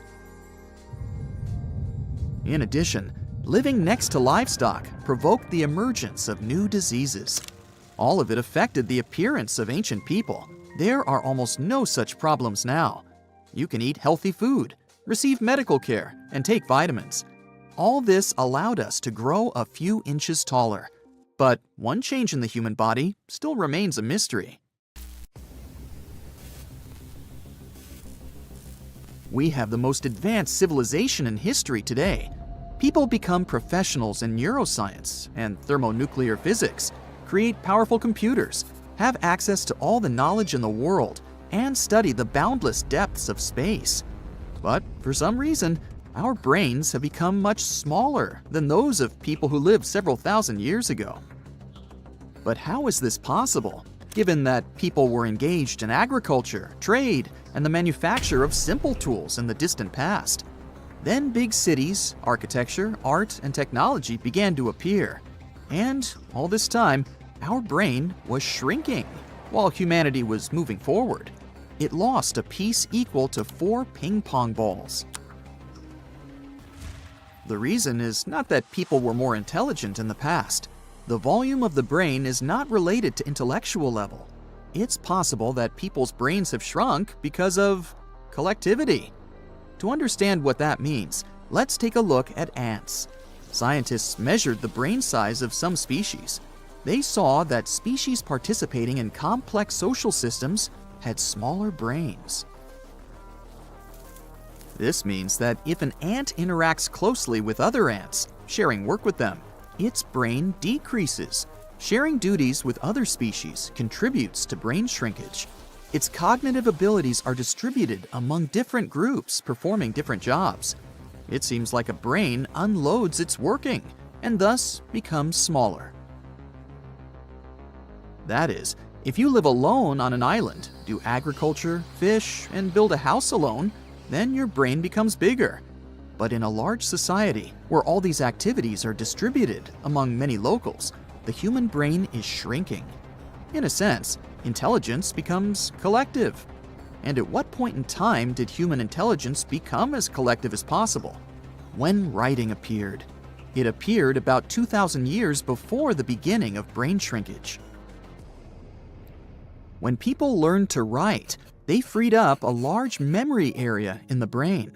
They didn't have to keep all the necessary things and ideas in their minds. With the development of civilization, the collectivization of humankind grew. And then there was TV and the internet. We will discover how this affects our brains in the future. On the one hand, the volume may decrease even more, but on the other hand, we're surrounded by an endless stream of information. We don't know yet how it will affect the size of the brain. The collectivization of consciousness is only one of the hypotheses according to which our brain has increased. Another theory says that this happened because of the home lifestyle. The brain of a dog, cat, or other pet is smaller than their ancestors who lived in the wild without a human. When people started living in cities and spending less energy on getting food, their brains could also begin to shrink. In addition to the size of the brain, people have undergone many changes. Humanity now shows a huge variety in appearance, which the early Homo sapiens didn't have. In the distant past, they possessed the same physical properties characteristic of a particular region. For example, a short and stocky build was typical for people living in cold conditions. The body area of a small person helps to keep warm better. Also, the body area of a tall person gives off heat more efficiently, so people in warm African regions are taller. And in places where it's scorching during the day and frosts come at night, people can develop the ability to lower their body temperature without feeling cold and shivering. This phenomenon concerns the Australian native tribes living in the central desert. The environment affects external characteristics almost as well as genetics, and over the past 40,000 years, the speed of evolution has increased. The ability to travel and the growth of the people population contributed to the mixing of different ethnic groups across the planet, which also provided diversity in evolution. It seems like humanity still comes to the highest point of our evolution, and perhaps there are no limits to that.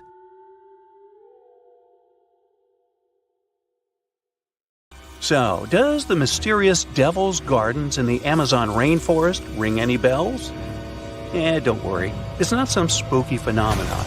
It's the work of some tiny but mighty insects called the lemon ants. These ants inject a natural herbicide, formic acid, into any other plant that is not the tree species that they call home. By doing this, they create a space for their treehouse saplings to grow, allowing the ant colony to expand as it occupies new nesting sites in the saplings. That's some efficient gardening, if you ask me. But don't be fooled. These devil gardens are not just a bunch of boring old trees. In fact, they are botanical anomalies that grow very slowly every year, and some of them are over 800 years old. Who knew ants could create such impressive and long-lasting structures? Of course, the rainforest is still one of the most diverse ecosystems on Earth, with a remarkable diversity of plant life. But it's fascinating to see the control ants can have over their environment, creating single-species structures in such a complex ecosystem. But where does the name Devil's Garden come from? We know ants are to blame, but is there something else hiding in the Amazon rainforest?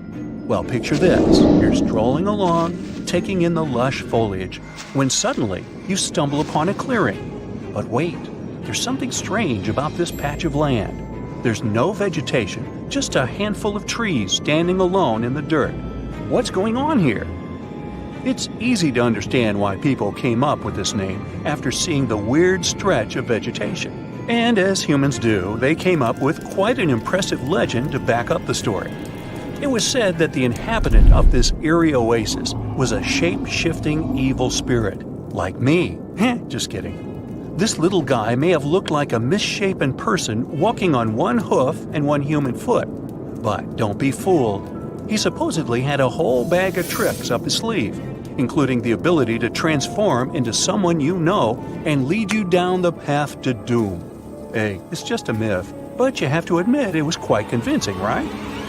Clever landscaping ants aside, there are a lot of unsolved mysteries hidden in the Amazon rainforest, like its unusual geoglyphs, for example. Humans have been getting creative with the Earth's surface for ages. Geoglyphs are just one of the many ways we've left our mark on this planet. Basically, we take some sand or stones, move them around a bit, and voila! We've got ourselves a funky design that pops against the backdrop of the ground. A new study found that the area was home to up to 1 million people before Columbus first arrived in the New World back in 1492. That's a lot of people, and they left behind some pretty cool stuff. The Amazon rainforest is already amazing, with 1 in 10 known species in the world living there, and 1 in 5 of Earth's birds. But did you know that over the past few decades, archaeologists have discovered evidence of numerous large, complex societies that may have inhabited Amazonia? It turns out that the Amazon rainforest was not just a pristine wilderness, but a hub of human activity as well. These South American geoglyphs are particularly interesting. They're these huge structures that combine square, circular, and hexagonal shapes. Archaeologists have found very few remains of habitation inside the enclosures, which suggests they were not settlements. Instead, The most likely explanation is that they were used for ceremonial gatherings. The exact function of these structures is still a mystery, though. To find out how widespread human settlements were in the Amazon, scientists focus on the basin of the upper reaches of the Tapias River, a major tributary of the Amazon.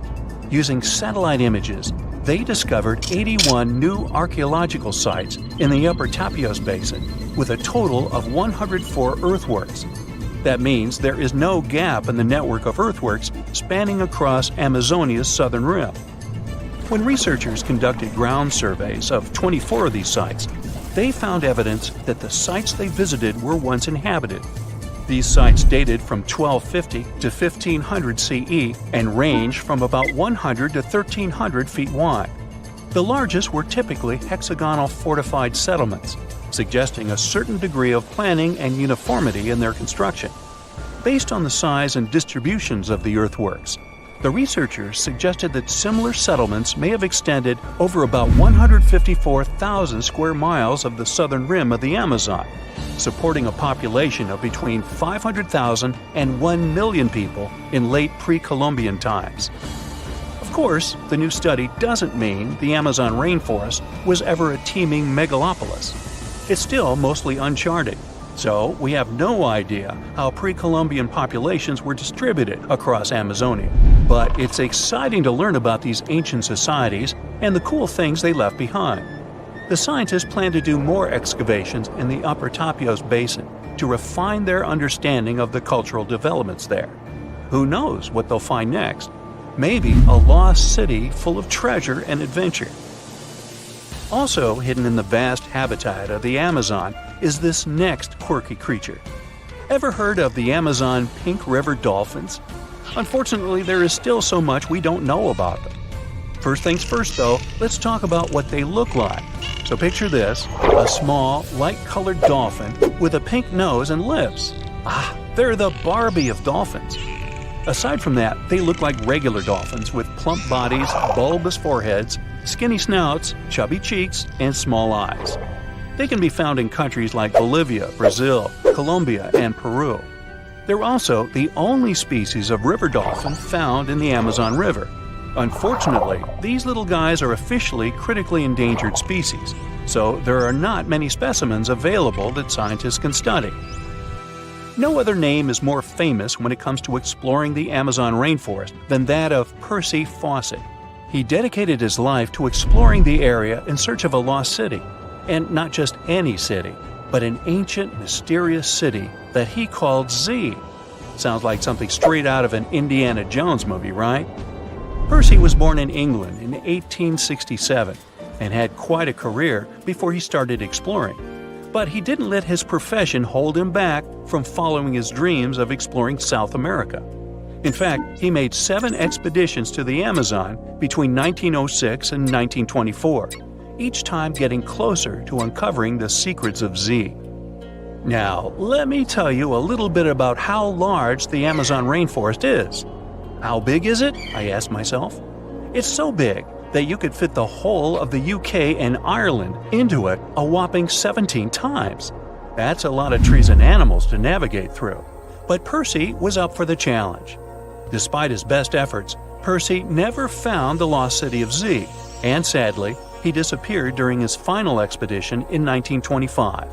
But his legacy lived on through the years, inspiring many to become archaeologists and explorers themselves. In fact, a book called The Lost City of Z was written about Percy's adventures and was even made into a movie. It's not all hidden mysteries and wild nature out there. There are around 1 million indigenous folks living their best lives in the Amazon rainforest. That's right, they hunt, fish, farm, and even have access to Western medicine and education.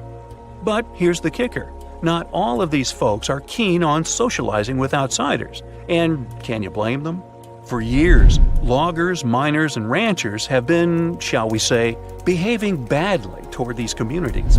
It's no wonder that some tribes have chosen to stay isolated and protect themselves from the dangers of the outside world. In fact, in 2018, Brazilian authorities were able to snap a photo of a man dubbed the Indigenous Man in the Hole. He's the last remaining member of his tribe. But don't feel too bad for him. He's doing just fine on his own and has made it pretty clear that he's not interested in outside visitors. The authorities still leave him some seeds and tools though, so it's not all bad news. Tunnels, metro, underground systems, and even secret passageways to the houses of the rich and famous. Why else do we need tunnels, you may wonder? To hide.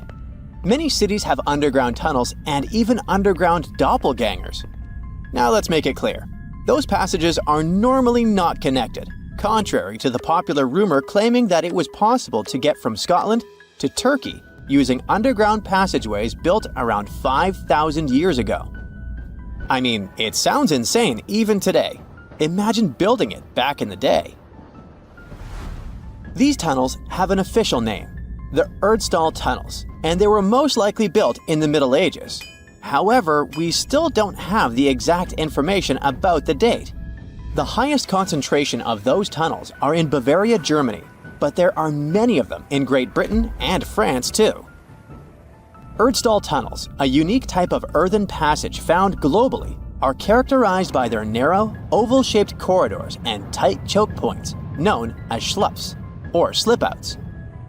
Despite speculation, their purpose remains a mystery. However, some of those tunnels have fireplaces and even vents, which might mean those were used primarily for shelter. Dating back to the Middle Ages, possibly as early as the 12th century, Erdstall tunnels lack archaeological signs and historical records, so it's not a surprise that there are many rumors about their use. Some scientists are sure those were storage spaces, though their narrowness makes this impractical. Another idea is that they provided hiding spots for farmers during tribal raids. However, their single entry point raises doubts about their effectiveness in evading threats. Now, if you're feeling like Indiana Jones and want to venture into those tunnels, you're in luck. A few structures, like the Erdstall Radkobluken in Austria, welcome visitors to explore these enigmatic structures. Most of them are closed to the public eye, though. The origins of Erdstall tunnels remain largely unknown, just like their real functions. And if you think, hey, it's the 21st century here, we can study pretty much everything, well, you're wrong. What makes these tunnels hard to study are the tight confines. Traditional surveying methods often prove inadequate in such spaces. To solve this problem, scientists use a handheld device that integrates an RGB camera, a gyroscope, and high-resolution depth sensors, allowing them to capture intricate details of the tunnels. They also use modern techniques like 3D surveying in hopes of uncovering the true origins and purposes of those tunnels. One hypothesis even suggests they may have been poorly conceived dwellings, abandoned when their inadequacies became apparent. Still, not everyone quite agrees with this idea. Other theories suggest they served spiritual purposes, while the most intriguing idea speculates that those tunnels may be remnants of extraterrestrial civilizations. Experts believe they may have been used for practical matters, such as granaries or hiding spots from looters. As we don't have exact info on who built it and when, it may be pretty much anyone, even a sloth. Nope, I'm not a lunatic. Sloths can build giant tunnels. Check this out. In 2009, a farmer in southern Brazil was driving his tractor through a cornfield when it suddenly sank into the ground. He quickly discovered he had broken through the top of an underground tunnel. When researchers came to investigate, they found a tunnel around 6.5 feet high and the same 6.5 feet wide, extending about 50 feet long right beneath the farmer's house. When they looked closer, they instantly saw deep claw marks on the walls. That was the proof the tunnel wasn't human-made. So that thing the farmer uncovered was a megafauna paleo burrow, a prehistoric tunnel dug by ancient creatures like giant ground sloths or giant armadillos from over 10,000 years ago. I know, it's hard to imagine those beasts, but let me help you. Take a hamster. Now, increase it to the size of an elephant. Don't forget, this 13-foot tall hamster could also walk on two legs. During their time, around 15 million to 10,000 years ago, many species of sloths and giant armadillos roamed the Americas, some even digging similar tunnels.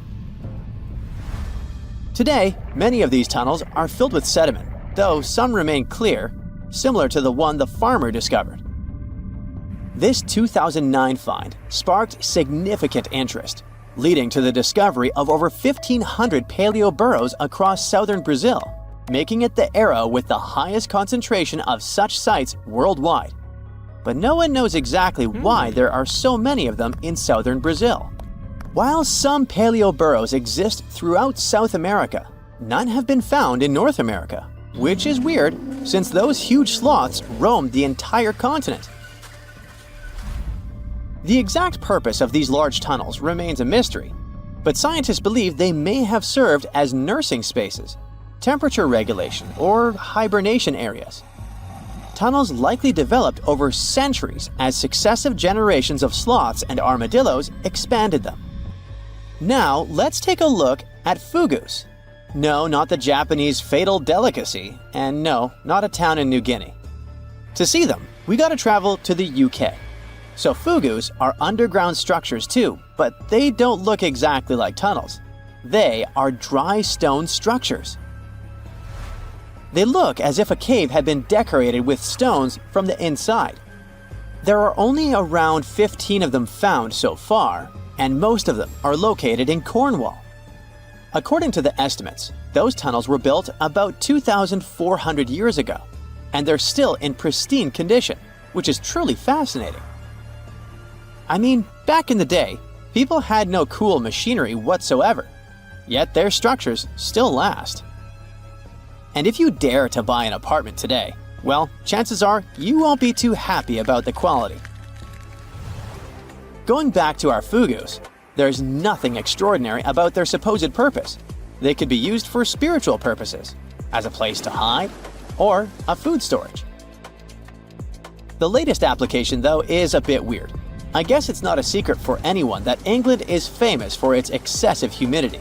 And if you want to store your food properly, you gotta avoid the humidity at all costs. Otherwise, say welcome to mold and fungi. But ancient people weren't dull-witted at all, or they wouldn't have survived, and you and I wouldn't be around now.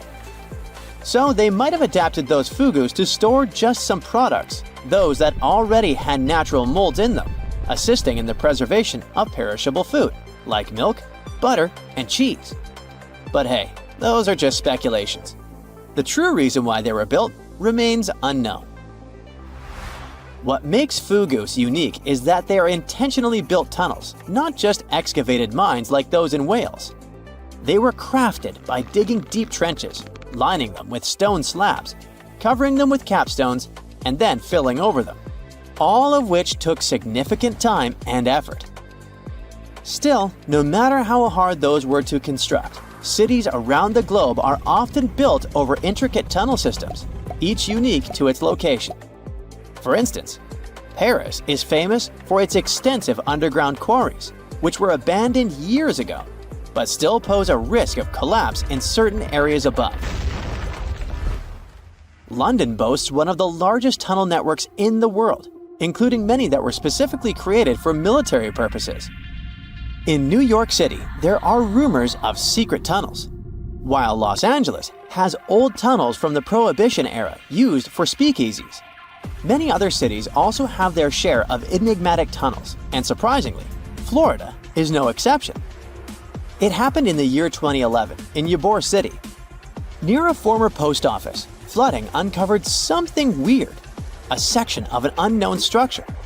Back then, people didn't pay much attention to that, so it took another 7 years to discover something truly fascinating. This historic neighborhood was founded in the 1880s, but it remained unknown until 2018 that it also has a hidden tunnel network. We only learned of it because of renovation work. The exact purpose, of course, is unknown, but most scientists are pretty sure that they serve to connect to early gaming spots and the port of Tampa. Figuring out how extensive the tunnel network is tricky. In 2018, a historic home in Seminole Heights revealed locked doors leading to tunnels from the 1920s. One local even said he traveled through a tunnel for 20 minutes. Rumors suggest some tunnels connect to the Hillsborough River and Ybor City. Research is ongoing, but no new info has emerged yet. 47-year-old Kenny Veach told his family he was going hiking for 2 days. His destination? The Mojave Desert. The man wanted to revisit a cave he had discovered during one of his previous hikes. But that was the last time anyone had seen Kenny Veach. A helicopter and over 30 search and rescue teams came back empty. The hiker was nowhere to be found. Was the mysterious M Cave behind his disappearance? The oddest thing about Kenny's case is the fact that he was a seasoned hiker. He often went on solo trips to explore deserts in California and Nevada. The man was an ultralight hiker. That meant he brought only the most basic of supplies: water, food, and a tent. That's all. But this was enough for several days of camping in the desert. Kenny would rarely bring a GPS device with him. He didn't even bother to pack a compass or a map. Some would call him reckless, but he managed to get back home every single time. Kenny wasn't shy either. He had a YouTube channel where he regularly posted his adventures. He named his channel Snakebit McGee because he picked up snakes wherever he went. But Kenny also had another habit. He went into every cave he found in the desert. Now, he didn't post many videos. Kenny mostly used YouTube to comment on other people's adventures. In a comment from June 2014, the man revealed that he had discovered a mysterious M-shaped cave. It was located in the Sheep Mountains of North Las Vegas. Kenny's description of the cave is where the weird part of the story begins. He spotted it while hiking and noticed the cave had an interesting entrance. It was shaped like a perfect letter M. Kenny went up to it, but something didn't seem right. He reported that his body started to shake as he approached the cave. The vibrations were so strong near the entrance that Kenny turned back. In his own words, he was scared for his life. It must have really been something if it frightened an experienced trekker. Kenny had an impressive track record. He had been hiking for 20 years. He explored caves other people were too afraid to even enter. Once, he was bitten by a rattlesnake and had to spend a week in the hospital. On his journeys, the man found skulls of all shapes and sizes, as well as old animal traps. Kenny slept on mountain peaks under the stars. One time, he hurt his leg on a mountaintop. He had to walk 20 miles back to his truck. It was 100 degrees Fahrenheit that day, and Kenny had 1 cup of water to keep him going. Kenny Veach was a true survivalist. But this one cave was a mystery to him. He admitted that he was totally unprepared that day. He had the tools to open a can, but not to fight the mysterious force that took over his body. But Kenny wasn't a quitter. He made plans to return to the M Cave, and this time, he was going to be ready. He did so several months later, but much better equipped. But the trip turned out to be a bust. He recorded a video, but couldn't find the cave. Was that it? Was the brave explorer finally going to quit? Not by a long shot. His followers on social media wanted him to solve the mystery. So he went out into the desert for the 3rd time. He planned a short, overnight trip, but nobody ever saw him again. After 2 days, his family alerted the authorities. They quickly launched a search for the missing man. Now we come to the weird part. In one of his videos, Kenny stood in front of an abandoned mine shaft. This is where he briefed the viewers on the mission. Rescue teams reached this point and found Kenny's phone. This was 10 days into the search, but the trail soon went cold. The rescuers feared the worst. They decided to send a camera down the shaft, but didn't find anything. For a full month, no one had any idea where Kenny was. And then, the mystery deepened. An unknown woman came forward online. She claimed to be the missing man's girlfriend. The mysterious woman told the story of how she went with Kenny on hour-long hikes. She urged hikers to use GPS not to get lost. And then, a claim that shocked social media users. The woman believed Kenny's disappearance wasn't an accident. She revealed that her alleged boyfriend had some serious issues. Apparently, he had quit his job a year prior to his disappearance. Did Kenny Veach really trek into the desert to take his own life? People weren't convinced. Kenny's daughter believed her father just had an accident. In her words, he was a survivor. Was the mysterious M Cave responsible for his disappearance? Did he find someone or something he shouldn't have found there? The questions linger, and so did the theories among the online community. Fellow hikers and YouTubers were determined to find the M Cave. This would solve Kenny Veach's mysterious disappearance once and for all. In 2021, one hiker got lucky. He claimed to have found the secretive M Cave. For safety reasons, the man couldn't reveal his exact location. The cave sits somewhere near Nevada State Route 375 East. The entrance to the cave really looked like an oversized letter M, just like Veach described it. But the shape is too hard to notice from ground level. Only when you look at it from above is the M shape visible. Who knows, hikers might have been walking past it for years without noticing the cave. Even Kenny couldn't locate the entrance the second time he went looking for it. The cave wasn't very deep, but there was something odd at the entrance. There appears to have been a straight line of rocks. Did someone try to wall off the entrance? And at the back of the cave, there was an even stranger find. Small pieces of wood were scattered along the floor. They looked a lot like 2x4s that are used in construction. Was there a door here once? The hiker found a nail sticking out of the stone. It could be part of a latch that was there some time ago. But the strangest part was the writing on the wall. Hatch or Veach? It's hard to tell. The hiker that discovered the cave didn't want to stay to find out. He left the cave in a hurry. No, it wasn't because he felt a strange vibration in his body like Kenny. He just didn't want to be in a desert cave in the middle of nowhere. This is the Mojave Desert, one of the most dangerous landscapes on Earth. Could this setting better explain how Kenny Veach disappeared without a trace in 2014? The desert's nickname is well-deserved. This is where scientists recorded the hottest temperature on the planet. 134 degrees Fahrenheit, and the average temperature during summer, just 113 degrees Fahrenheit. No sweat. But you'll also need a blanket. At night, the air temperatures drop well below freezing. Talk about a climate roller coaster. And the list of dangers doesn't end there. The driest and hottest place in the United States is home to dangerous animals. Mountain lions, venomous lizards, spiders, and wasps. You name it. Any one of these animals can end the life of an unsuspecting hiker. There is a reason why Kenny always wore snake guards when trekking. And then there are mine shafts. Local authorities strongly advise hikers not to enter them. These old mines from the 1800s are highly unstable. A person can easily fall down a hidden shaft. They also have pockets of bad air, which can suffocate a person. And remember the likable wildlife? They too live in these shafts. Rattlesnakes, scorpions, and black widow spiders. Kenny Veach could have easily fallen into one of these shafts, and there would be no help for him from miles around, since Nevada is one of the least populated states. Phantasmagory is said to be the first animated film ever. It was made in 1908, and it's one of the earliest examples of hand-drawn animation. But did you know that ancient people entertained children with cartoons about 2.6 million years ago? A new study reveals that ancient people were the ones who first made pictures look animated. How? They carved pictures of animals on stones and placed them around fires. When the light starts bouncing around, those ancient animals just can't help but shake it and shimmy. The prehistoric carvings come to life in the flickering firelight, with those animals jumping in and out of focus like they're ready to party.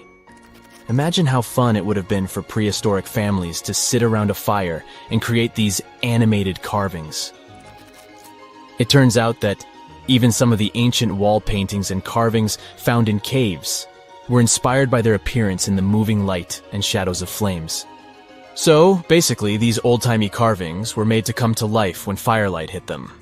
And now researchers made a movie showing that cool effect on a 3D model of some horse engravings.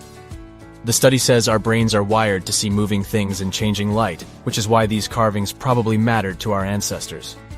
In other words, cave people were like, hey, let's carve some cool stuff on this rock, and when we light a fire, it'll look like it's moving. And now these scientists were like, that's awesome! Let's make a movie to show this, everyone! Andy Needham and his teammates used modern scanning and virtual reality tech to study 50 flat carved rocks called plaquettes made of limestone. These rocks were found in southern France back in the 1800s and now sit in a museum in London. They are covered in 77 realistic carvings of all sorts of animals, like horses, reindeer, and chamois. Apparently, Homo sapiens, with a lot of time on their hands, made these engravings a whopping 12,000 to 16,000 years ago. Needham realized that many of these carved rocks were harmed by fire, some covered in white ash, others dried or fractured because of heat. Upon closer examination, he discovered pink bands of discoloration resulting from iron deposits in the stone. What's more interesting is that the animal engravings were often superimposed on top of each other, sometimes even melded together, or fitted around each other like some kind of prehistoric animal jigsaw puzzle. Rather than tossing out the old and starting anew, the ancient artists took animal body parts to create new hybrids. For instance, one of the rocks depicts both a horse and a wild cattle-like creature known as a bovid. In this masterpiece of prehistoric art, the horse's abdomen and neck become the back and neck of the bovid, while the horse's head forms the bovid's ear. What a creative way of recycling. Researchers believe that the prehistoric rocks from Montestric were used as primetime entertainment for our ancestors. More than one person carved the animals. People from different levels of skills showed their artistic glory, and it was a group effort. The fact that these rocks were found together also suggests that this was a community activity. So it's like families were all gathered around the TV, carving rocks and cheering on their favorite carved animals. Who needs Netflix when you have Paleolithic TV? The engravings on these rocks and the signs they were exposed to heat suggest they were created to look like they were moving. Sometimes you see different animals in different poses, so one would come to life, and then another, and then a different one. It's like a Stone Age version of Disney. Similar techniques might have influenced some of the ancient cave paintings, such as those at the breathtaking Movile Cave in southeastern France. The animal portraits there are also overlaid on each other, and some look like they were heated by fires underneath them, which means that our prehistoric ancestors might have been the first animators in the world. Alright, since we talked about young people's favorite pastime activity, shall we take a trip back in time to discover the world's oldest toys? One of the most ancient toys discovered was a simple ball made from clay and found in the ruins of ancient Mesopotamia. It might seem like a simple toy, but our ancestors were playing with them as far back as 3000 BC. But back then, they didn't have fancy video games or elaborate board games, so a ball was the pinnacle of entertainment. But the Mesopotamians weren't the only ones having fun. In ancient Greece, children played with dolls made of clay. In Egypt, kids had toys shaped like animals, but they also had dolls made from materials like clay, papyrus, and ivory. But the most impressive thing about these dolls? They had movable limbs. That's right, our ancient ancestors were playing with articulated dolls before it was cool. But it's not all fun and games. Toys also had a practical purpose back in the day. In fact, many of the toys discovered by archaeologists were actually used to teach children important skills. For example, Egyptian children played with dolls that were shaped like doctors, which helped them learn about medicine and healthcare. And let's not forget about the toys that were used to train future warriors. In ancient China, kids played with toy horses and chariots, which helped them prepare for a life of battle. Talk about getting a head start on your career! Moving on to primitive board games, which have been around for over 5,000 years. The oldest board game is called Senet, and was discovered in ancient Egyptian tombs. It's a bit like a cross between chess and backgammon, and it was so popular that it was played for over 2,000 years. Now that's a game with staying power. But let's not forget about toys for the little ones. Archaeologists have found ancient rattles and whistles that were used to entertain even younger members of their families. And if you thought your kid's toy collection was impressive, just wait until you hear about the ancient Egyptian princess who had over 100 wooden toys in her chamber. But perhaps the most surprising toy of all was the yo-yo. That's right. The yo-yo has been around for over 2,000 years. It was first invented in ancient Greece and was often used in battle, believe it or not. But eventually, people realized that it was much more fun to just play with it and do tricks. Marbles are also around as a toy that has been entertaining kids, and some adults, for thousands of years. Archaeologists have found evidence of marble dating back to around 5,000 years ago in the Indus Valley civilization. Back in those days, marbles were made from all sorts of things. Want to take a wild guess? Okay, I'll tell you. Fruit pits and small pieces of smoothed stone. That's right, those ancient kids were getting creative with their playthings. Some artisans even went the extra mile and crafted marbles from clay. Let's head back to ancient Egyptians and their adorable miniature boats made from ivory, wood, and clay. These miniatures may be acknowledged as toys, but they were also meant to represent crossing over to the other side. Viking kids had similar types of items too. A wooden toy boat over 1,000 years old was found on a farmstead near the coast of Norway. This toy looked like a real boat, and it would have been the ultimate cool thing, just like how kids today go nuts over race cars and drones. You can imagine little ones back then showing off their toy boats to their friends. Many of these toys are still pretty fun to play with today. There are many others left aside, like toy soldiers and spinning tops. Do you want to know more about ancient toys or gadgets from the early days of cinema? The largest tree in the world is so massive, it even earned itself the nickname General Sherman. It stands tall in California's Sequoia National Park, stretching its branches at 275 feet toward the sky. That's almost as tall as the Statue of Liberty. As for its weight, if we could place it on a scale, we'd need 400 elephants to balance things out. Its base stretches 36 feet in diameter, big enough to hide 2 sedans parked end to end. California is the last place on Earth where these colossal trees grow naturally. During the Ice Age, they flourished across North America and Europe, but as the glaciers retreated, so did the sequoias. Today, they thrive along the western slope of the Sierra Nevada range, relying on the melting glacier caps to quench their thirst. General Sherman gathers thousands of visitors every day, and the park's infrastructure caters to this. There's a short half-mile walk from the nearest parking lot that leads to the big green giant. Along the way, a stone marker outlines the shape and size of the tree's base, to give visitors a sense of its immense scale. This sassy sequoia is estimated to be around 23 to 2,700 years old and has witnessed centuries of change. It sprouted during the early days of the Roman Empire. When Europeans arrived in California in the late 1800s, they first tried to harvest the sequoias, thinking they had valuable wood. However, the sheer effort required to take down these giants was enormous for those days. They also soon figured out that this type of wood was a bit more brittle than expected, so they let these trees off the hook. As for its name, the tree shares it with General William Tecumseh Sherman, a 19th century famous American public servant. Not far from General Sherman stands the world's second-largest tree, named General Grant. Discovered by locals years before General Sherman received its name, this tree has weathered its own share of challenges, including fires. But like its counterpart, it survived, mostly thanks to its thick bark and resilient hardwood. Now, as for the oldest tree, for a long time, we've known it to be a Great Basin bristlecone pine named Methuselah, also found in California. It's been around for more than 4,800 years, way before the Egyptians built the pyramids of Giza. This tree's location is a bit of a secret to keep it safe from harm. Now, Methuselah and its friends grow way up high in California, Nevada, and Utah, where it's tough to survive. The place is cold, with dry soil and fierce winds, but these strong timbers have figured out how to thrive, getting their nutrients from the hard, rocky ground up in the mountains. Their branches are twisted and gnarled because of the winds blowing in all directions as they reach maturity. It does make their appearance a bit messy, but it's an added layer of resistance for those trees during powerful storms. Their roots only feed the branches right above them, so if one part of the tree's roots fades away, only that part of the tree will be affected.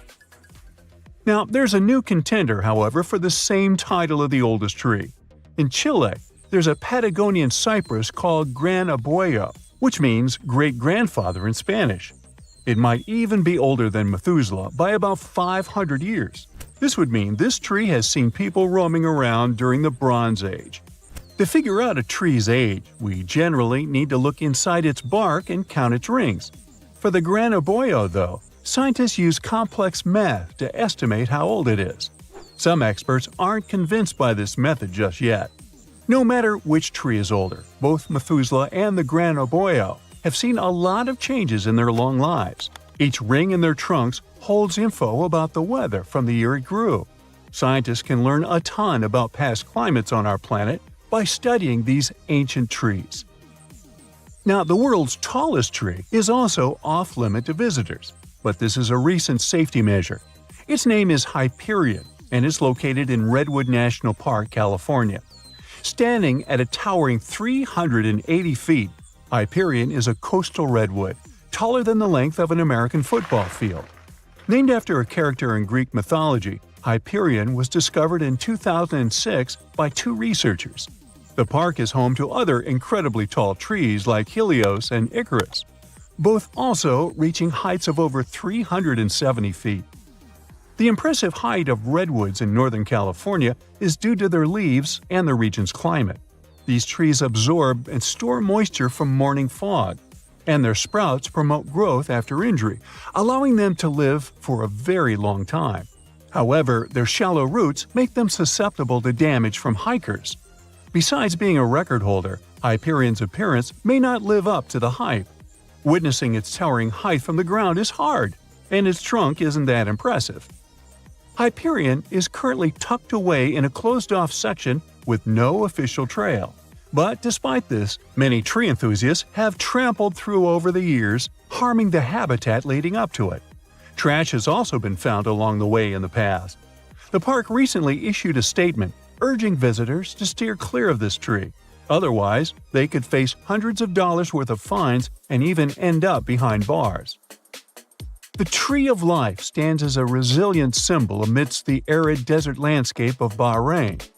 Nestled in the highest point of the country, this ancient tree defies odds, captivating visitors with its mysterious and inexplicable presence. It's surrounded by endless stretches of heated dunes in the Arabian Desert. Because it stands alone against the desert backdrop, it has puzzled scientists and botanists for years. There's little to no rainfall over there. There are also no freshwater sources nearby.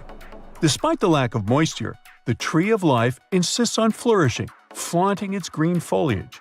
How it manages to survive in such harsh conditions led to some weird theories. Some speculate that the tree's roots go deep into the earth, reaching depths of up to 160 feet to access underground water reserves. Others suggest that the tree has adapted to its environment, drawing moisture from the surrounding sand grains through specialized mechanisms. One other interesting idea is that the Tree of Life lies at the site of the legendary Garden of Eden, getting its water from a mystical source. Apart from its scientific and cultural significance, the Tree of Life is an important tourist attraction for locals, luring in approximately 65,000 visitors each year. All for a tree. Now, Poland has its fair share of trees worth mentioning, all gathered in the Crooked Forest. It's a group of 400 trees that bend strangely. They all have a similar shape, curving sharply toward the sky in little J shapes, almost touching the ground. People have different ideas about why these trees look like that. Some think a heavy snowstorm covered them when they were young, pushing them down. Others believe the area's gravity might have affected how they grow. One interesting theory is that people who planted these trees back in the 1920s might have bent them on purpose. They wanted to use the curved shapes to expedite the furniture manufacturing process. So when the trees were about 10 years old, they interfered with their growth, making them develop in this odd shape. After the manipulation process was stopped, it left the trees in this weird position for decades. Either way, whatever happened to one tree happened to them all because they're all adjusted in the same way. So human intervention is the most likely explanation. Even though all the trees in the Crooked Forest look the same with their spooky bend, they still manage to grow tall and healthy. They've adapted to their difficult conditions, and somehow they've managed to keep growing upwards. As with many other crazy internet discoveries, it all kickstarted on Reddit with a wild post about wicked forest designs. Just take a gander on Google Earth and hit up the History tool to watch epic transformations from barren valleys to densely populated areas teeming with lush green tree plantations. Currently, Uruguay has approximately 2.7 million acres of artificial forests. Just to put that into perspective, it would take you around 15 to 20 minutes to walk across 1 acre, depending on how fast your pace is. You could spend a lifetime just walking around those artificial Uruguayan forests. But how did they emerge, and how did they reach this scale? So there's this process called afforestation, where trees are planted in previously non-forested areas. This initiative was implemented as part of a larger plan to increase the country's forest cover, resulting in Uruguay now exporting an impressive $2 billion worth of wood pulp annually. Despite native forests only covering 5% of the country, these artificial forests occupy a significant 6%. Another cool thing about these forests is that they have special trees that originally couldn't be found in Uruguay. It was decided to plant eucalyptus trees there, as they show impressive results in terms of how fast they grow. A tree can get through a whole cycle, from a little plant to one ready to be harvested, in as little as 10 years. Yeah, not as impressive as bamboo, that grows a couple of feet a day, but still faster than a common Uruguay tree called the Tree of Heaven, which takes about 25 years to get full-sized. By the way, it's considered pretty fast too.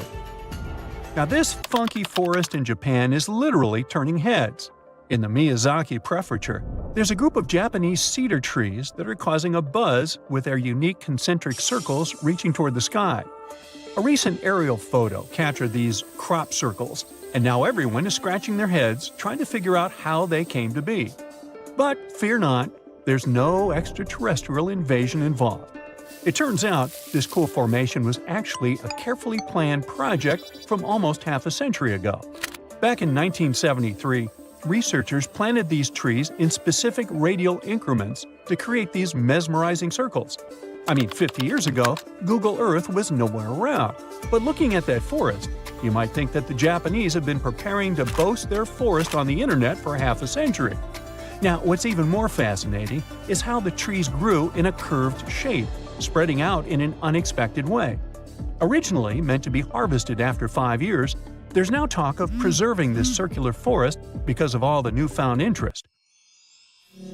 Now, look at this portal in the forest. There's no way it could have emerged naturally, right? If your first guess was that it was a piece of contemporary art, you were right. So, this portal is located in southern Estonia, and it was created by Finnish artist, this guy. This portal is far from being his only creation. He's had other crazy projects too. Like, he once sailed to Estonia in a boat made of bark. He also chopped down a forest plot, sorted all the materials for months, and then made an installation the same size as the original plot. There was even a time when he cut a line in ice with a chainsaw and ended up in a freezing swamp. This guy definitely knows how to surprise people. Most of his works are nature-related, so you probably shouldn't be surprised that this forest portal is yet another creation of his. What do you think the artist wanted to convey through this portal? Let us know in the comments. Trees are something that are definitionally straight, right? Well, not as long as you're in the crooked forest in Poland. Near the ground, the trees there bend sharply to the north, then magically straighten back up after a little detour of 3 to 9 feet. It's like they're doing the limbo, but with trees. The mystery of how these trees ended up swerving like they're on a roller coaster is still unsolved. Some think humans might have intervened to create some funky furniture or boat-building material, while others blame it on a wild snowstorm. Nobody knows for sure. Regardless of how they got this way, the Crooked Forest is a hot spot for tourists and nature lovers. If you ever come to Poland, make sure to visit this nature's wonder. Welcome to the Goblin Forest, a magical section of East Egmont that will make you feel like you've stepped into a fairy tale. This enchanting forest, also known as the Kamahiwa, is famous for the abundance of gnarly kamahi trees that give the whole place an eerie yet stunning vibe. As you hike through the Goblin Forest, you'll be surprised by lush greenery, moss-covered trees, and falling rays of sun that create a truly enchanting atmosphere. It's a photographer's dream come true. Now, while you might not find real goblins or mythical creatures in the forest, yeah, I know, it's a bummer, you will still encounter a variety of native bird species. Birdwatchers will be in heaven spotting all the feathered friends flitting about, and all that alliteration. Plus, if you're lucky, you might even catch a glimpse of glowworms lighting up the trails. With a network of well-maintained hiking trails suitable for all fitness levels, the Goblin Forest is the perfect destination for adventurers looking for a magical experience in nature. So, grab your hiking boots and get ready to explore this enchanted forest of wonders. Monteverde Cloud Forest in Costa Rica is not your typical forest adventure. Think of high-flying suspension bridges and trails above the treetops. On foggy days, you can wander through misty clouds for a mystical vibe. This nature reserve is called a cloud forest, and it's a real scientific definition. Cloud forests differ from your average ones in several aspects. First, they're usually evergreen forests that are like tropical oases, with a constant veil of low-level clouds covering the canopy. The next thing that's different is moss. It's so abundant there that these places are sometimes even nicknamed mossy forests. Going back to Monteverde Cloud Forest, however, it's more impressive if you visit it on a foggy day. But even on clear days, the views of the lush greenery are absolutely stunning.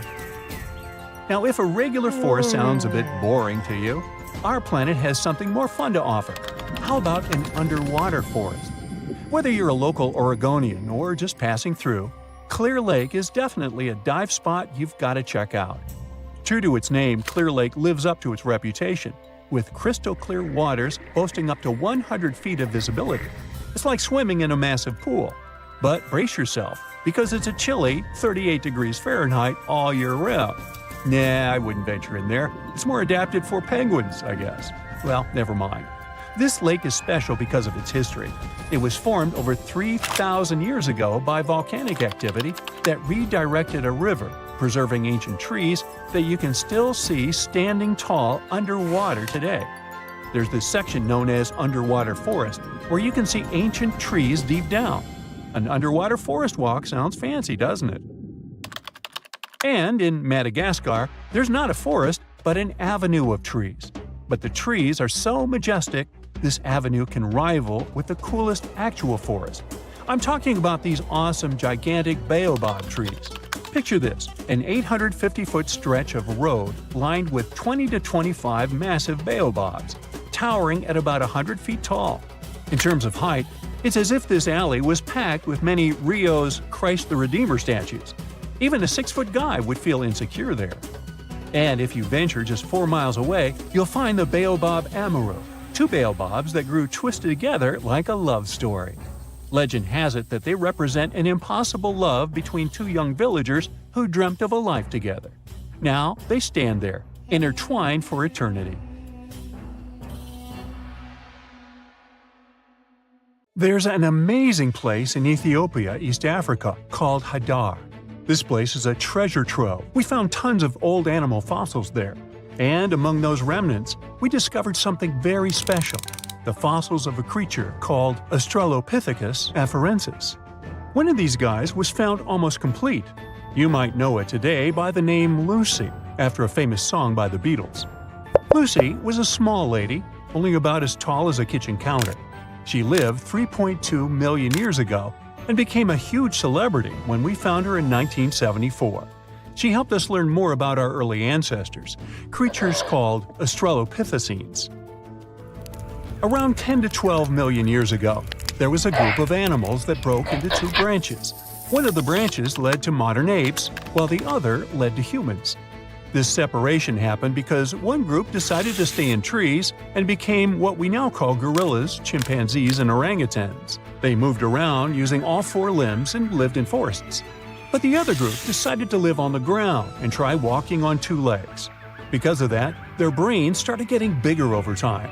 And over millions of years, they became bald monkeys who watch videos on YouTube. Yeah, you know who you are. Lucy, like other Australopiths, was a bit different from us. She still looked like an ape and lived during a transitional stage. She could walk on 2 legs, but didn't do it all the time. Sometimes she climbed trees, just like a monkey. She and her buddies were the first step in human evolution. Then came a new branch of evolution, Homo habilis, or handyman. They were the first members of the Homo genus because they were the ones to start developing stone tools and first show human creativity. They probably used these tools for scavenging and processing food. We found the first clues about them back in the 1960s. They walked around East Africa about 3 million years ago. They were pretty small, about 4 feet 7 inches tall. They didn't climb trees anymore and mostly walked on the ground. Their skull shape already resembled ours, unlike the more pear-shaped heads of Australopiths. That's because they had larger brains. After them, we had Homo erectus, the upright man. They lived about 2 million to 70,000 years ago. The name hints that this was the first hominin species that walked on 2 legs almost all the time. They were also the first to migrate out of Africa, spreading to Asia and Europe. And here, we had the real breakthrough. Representatives of Homo erectus had even larger brains and learned to make more creative and advanced tools. They created the first choppers, cleavers, and hammers, and used flakes as scrapers and knives. They probably used a lot of things – wood, bark, and even grass to make the first strings and ropes. With all that, they learned how to hunt large animals and probably hunted together a lot. They were also the first ones to start using fire, which changed our history forever. Over time, more Homo species emerged, including the famous Neanderthals. They're known for their European roots. They split from our common ancestor around 400,000 years ago. Now, even though we share one common ancestor, we didn't evolve from Neanderthals. They were a separate branch. All Neanderthals went extinct, but our evolutionary branch coexisted with them a long time ago. Neanderthals were resourceful, hunting both land and sea creatures. They left behind thousands of stone tools and even decorated caves with paintings. They had their own ceremonies, too. They started to bury those who passed away. They probably noticed that leaving them in the wild leads to spreading diseases and attracting scavengers. But they also showed care and love in their burial rituals. Then it was time for archaic Homo sapiens.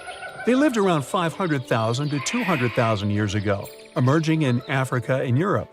This was the last leg between our ancestors and our modern species, Homo sapiens. The brain just kept getting bigger. They started to show more complex behaviors, not only burial and interesting stone tools, but also smart hunting strategies and planning for the future. They probably had a diverse diet that included both hunting and gathering. And finally, we reached the anatomically modern Homo sapiens. They emerged around 200,000 years ago in Africa. They had a similar skeletal structure and brain size to modern humans, and their behavior was pretty close to ours. They had complex social structures, started thinking in symbols, and so on.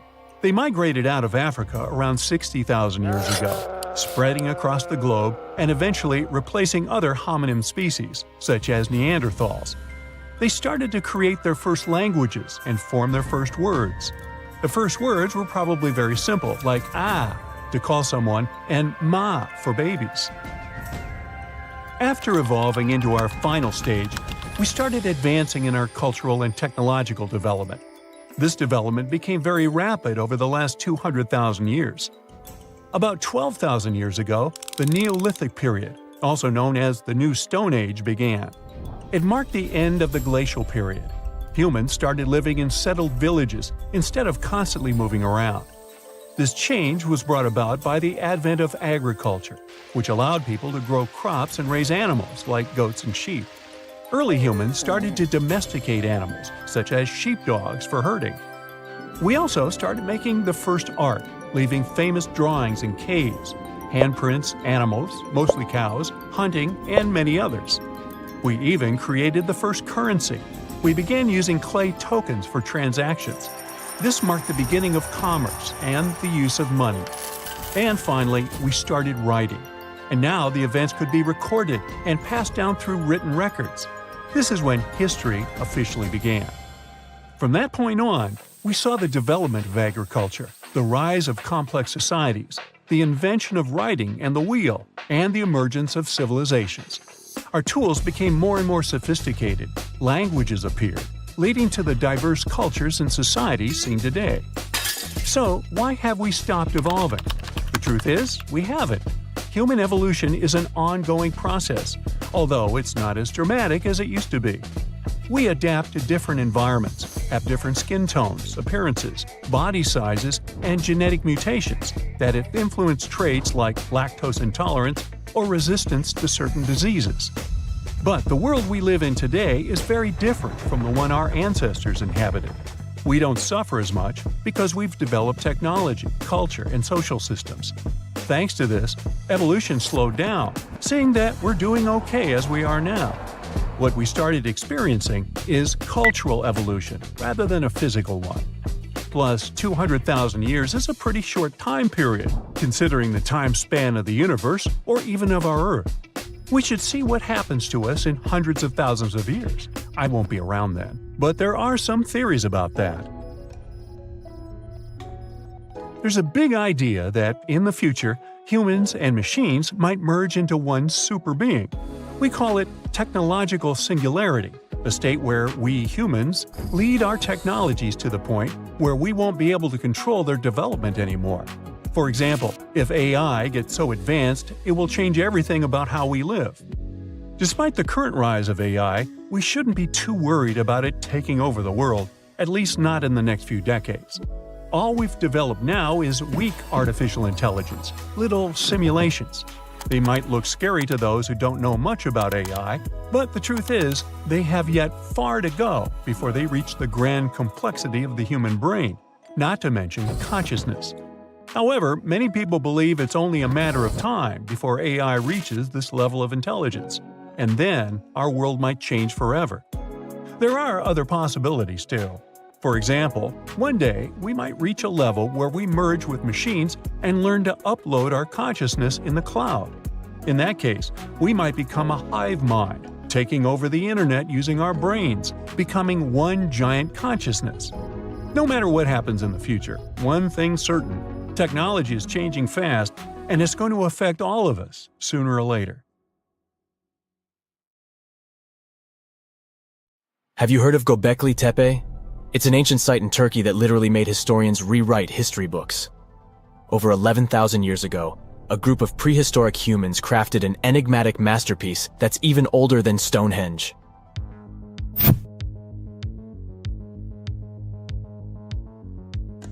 Before its discovery, archaeologists believed that people didn't know about iron and weren't good at making pottery. They were sure that settled life only emerged with the need for agriculture. But Göbekli Tepe changed this belief.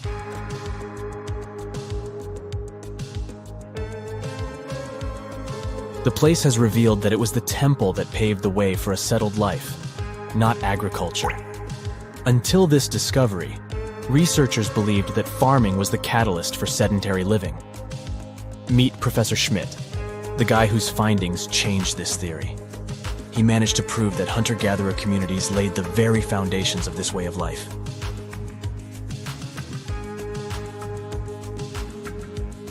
Back in the 1960s, other archaeologists visited the area, but they totally missed the mark.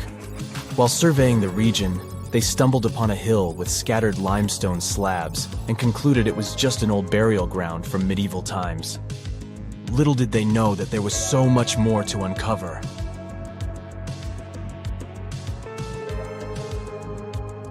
In 1994, Schmidt embarked on his own survey of prehistoric sites in the area. Surprise! He instantly realized he had discovered something truly extraordinary. Unlike the nearby flat and barren plateaus, Göbekli Tepe had a gently rounded top, rising 50 feet above the surrounding landscape. Funny enough, the translation of this place's name is Potbelly Hill. Schmidt was sure only humans could have made something like this.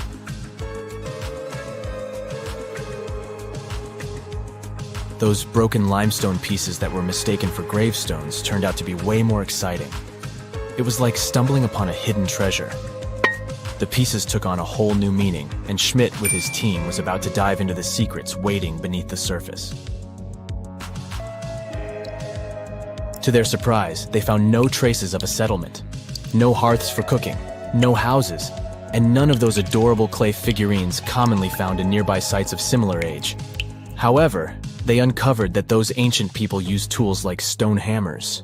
So, Schmidt and his team put their heads together and took a wild guess at the age of Göbekli Tepe's stone structures. Their estimation got backed up by some limited carbon dating done right at the site. The ancient vibes of this place were finally starting to make sense.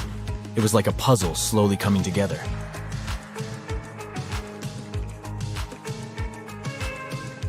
You may think that back then, people didn't have special tools to create something as cool as Göbekli Tepe.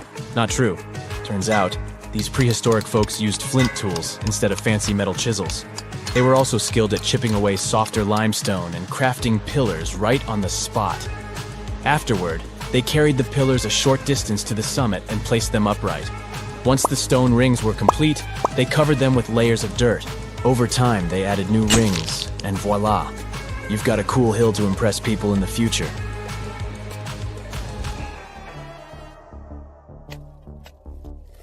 During their first year of excavation, the team went through 15,000 pieces of animal bones from wild creatures. These people didn't have pet animals or grow their own food. They hunted wild animals for their meals. But things were about to change, because the place had everything they needed to start farming. Scientists say they had wild sheep and wild grains that could be domesticated. And guess what? Just 20 miles away, geneticists found evidence of the world's oldest domesticated strains of wheat at a prehistoric village.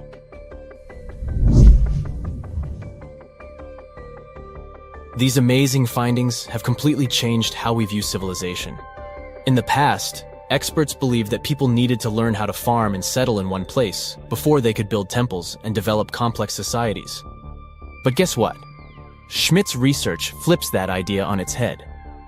He claims that the incredible effort put into constructing these astonishing structures actually set the stage for the development of advanced societies. It means that societal and cultural changes happened before agriculture. Schmidt has this fascinating hypothesis about Göbekli Tepe. He thinks it could have been a special burial site where people left their loved ones. And here's the twist. The burial site was adorned with fancy statues and symbols representing deities from the spiritual realm.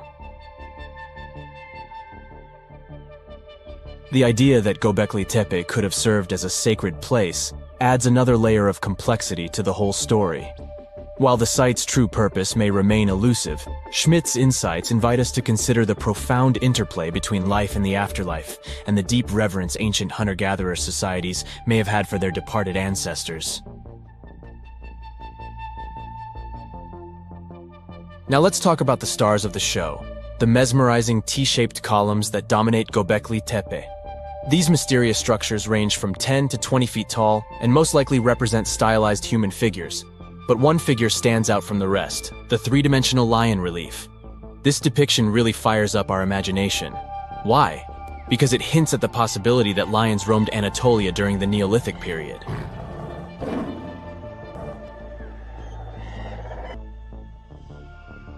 These standing stones are arranged in circles and placed in rectangular pits. Each circle has a similar setup. Two big T-shaped pillars in the center, surrounded by slightly smaller ones facing inward. Talk about a stylish arrangement. These towering pillars reach a whopping 16 feet and weigh between 7 and 10 tons.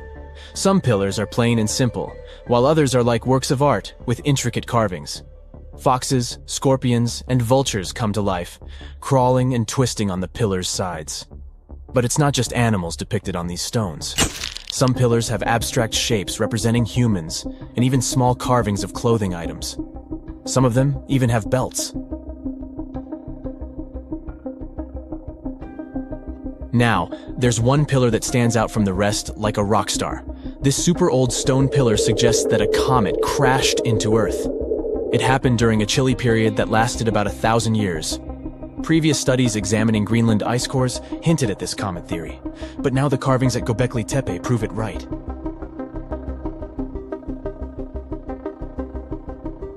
The carvings on the pillars are like a historical comic strip. They even show a headless human figure. Researchers fed the images into a computer and discovered their connections to constellations, indicating that this temple might have been an ancient observatory. It's like our ancestors were trying to document this cataclysmic event in their own unique way. Archaeologists have been excavating and researching Göbekli Tepe since the mid-1990s, peeling back layers of history and providing us with a deeper understanding of the intricate relationship between various elements. They have no plans to stop the whole process for another 150 years. Who knows what else they'll find?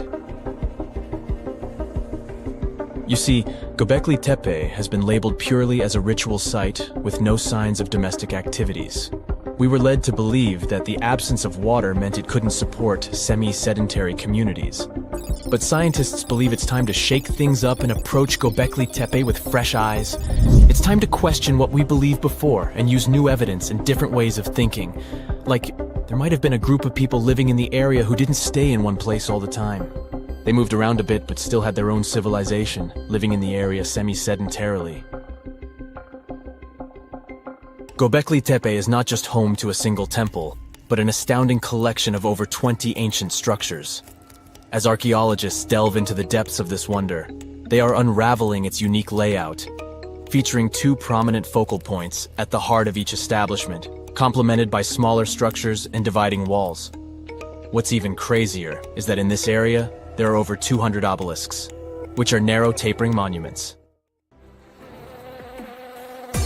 You run through the night forest for more than an hour.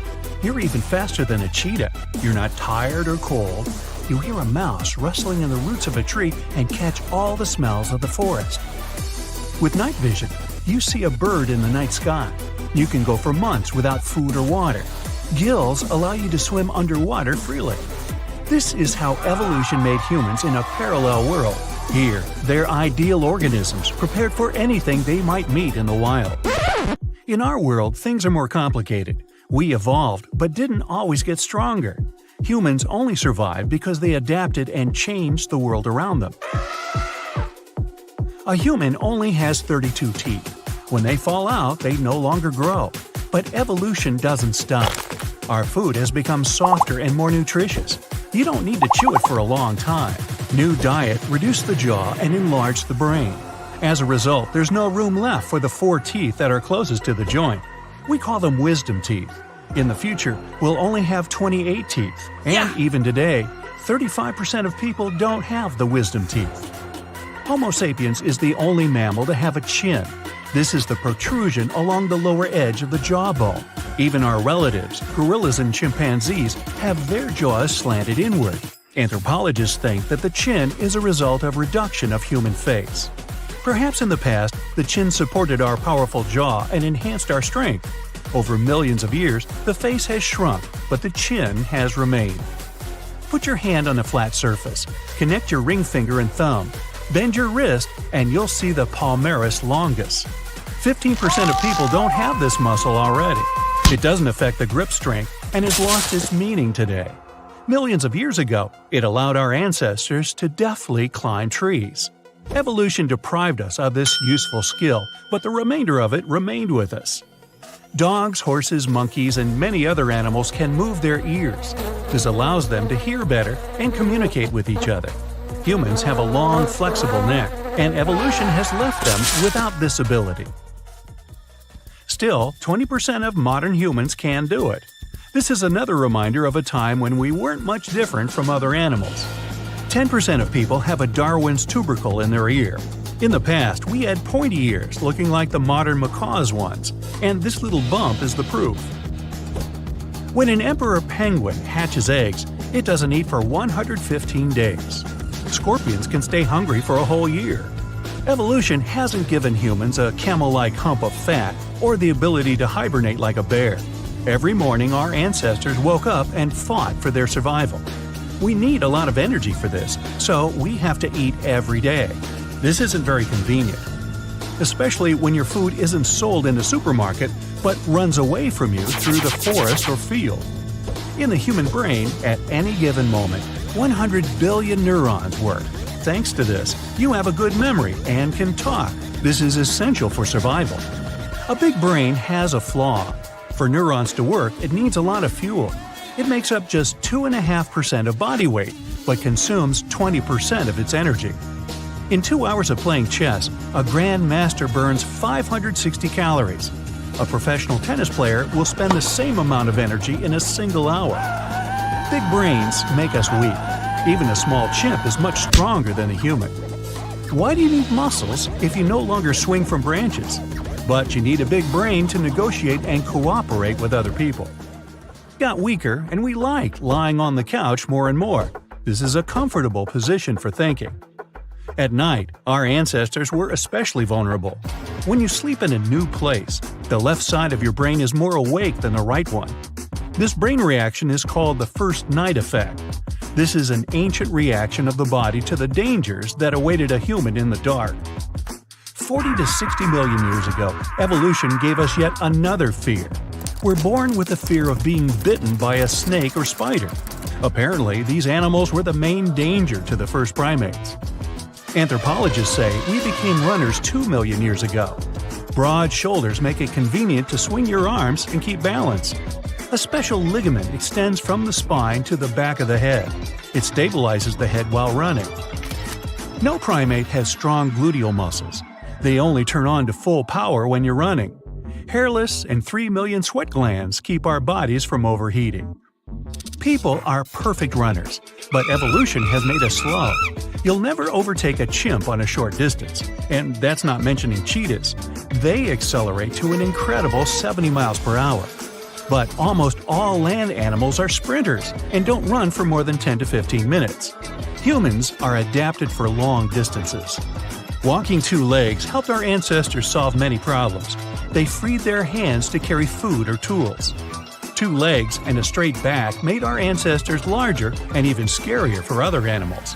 When you stand on 2 legs, you'll quickly see a saber-toothed tiger, which is waiting for you in the tall grass of the plains or the African savanna. Your body weight is distributed over only 2 limbs, and this has consequences. You can calmly walk down the street, stumble, and get injured over that. Consider this our payment for upright walking. So why do we need toes? Certainly not to hit them on the furniture. When our ancestors lived in the trees, toes helped them cling to branches. Imagine you can work at the computer, draw pictures, or cook scrambled eggs, all with your feet. Cool, but good old evolution has deprived us of this skill. Today, we're not sitting in the trees, but our feet remain flexible. Come to think of it, hooves would be more suitable for us. They're durable and don't need shoes. But until we evolve again, our feet remain fragile. Either of them has 26 bones. This doesn't make our walking or running any safer. You go to the cinema, take your popcorn basket, and start munching on it in anticipation of a great couple of hours. But then you start choking. Those few minutes of coughing and involuntary tears seem to last forever. The human is the only mammal that can choke on its food. We can't eat and breathe at the same time. The reason for this is the structure of our vocal apparatus. Your larynx is down below, thanks to which you can talk, but not while eating. Goosebumps, horripilation, gooseflesh, these are the names of the reflex that makes your skin not smooth but bumpy. This happens when you're cold or scared. Greetings from the Stone Age. Our ancestors were covered in thick hair. When they got scared, the hair follicles rose. This made them large and menacing for other animals. This natural reaction warmed the body as the air grew colder. The body of modern people no longer has long and thick hair. But if that movie is really scary, or you forgot your jacket in the evening, goosebumps still appear. Bears, hedgehogs, bats, some turtles, fish, and insects. All these creatures have one thing in common: they hibernate. Scientists claim that our ancestors were also on this list. In a cave in the north of Spain, researchers found fossilized bones of ancient people. The analysis showed that 500,000 years ago, humans could spend several months hibernating, similar to bears. Thanks to this, they survived Ice Age. Wow, how I miss this skill. Our eyes allow us to see dust in the air and huge mountains on the horizon. We see the world in color and recognize each other's faces. And when it gets darker, our vision quickly adapts to new conditions. But we don't see well in the dark. Evolution hasn't given us the sight of a tarsier. This primate is the size of a baseball and can see perfectly in the dark. Tarsiers could easily catch a beetle flying through the night forest. Still, I wouldn't want my eyes to take up most of my face, and beetles are actually not among my favorite after-dark snacks. How about you? There once was a kingdom where the ancient Egyptians traveled to buy gifts for pharaohs, sort of like an ancient shopping mall. This kingdom, named the Land of Punt, was rich in luxury goods, including gold, aromatic resins, blackwood, ebony, ivory, and exotic animals like leopards and baboons. All of these sound like great gift ideas to me. The Land of Punt was an especially important trading partner for Egypt for over 1,000 years. But if you plan to go there, the bad news is that it hasn't survived to these days, and nobody knows for sure exactly where Punt was located. We only know about it from records. The most famous of them were left on the walls of the temple of Queen Hatshepsut, who had sent an expedition to Punt. Scientists have been trying to find the exact location of this rich land for over 150 years. It could have been southeast of Egypt, in a coastal region south of it along the Red Sea, Gulf of Aden, and the Indian Ocean, or it could have covered the Horn of Africa and the area across the sea in southern Arabia.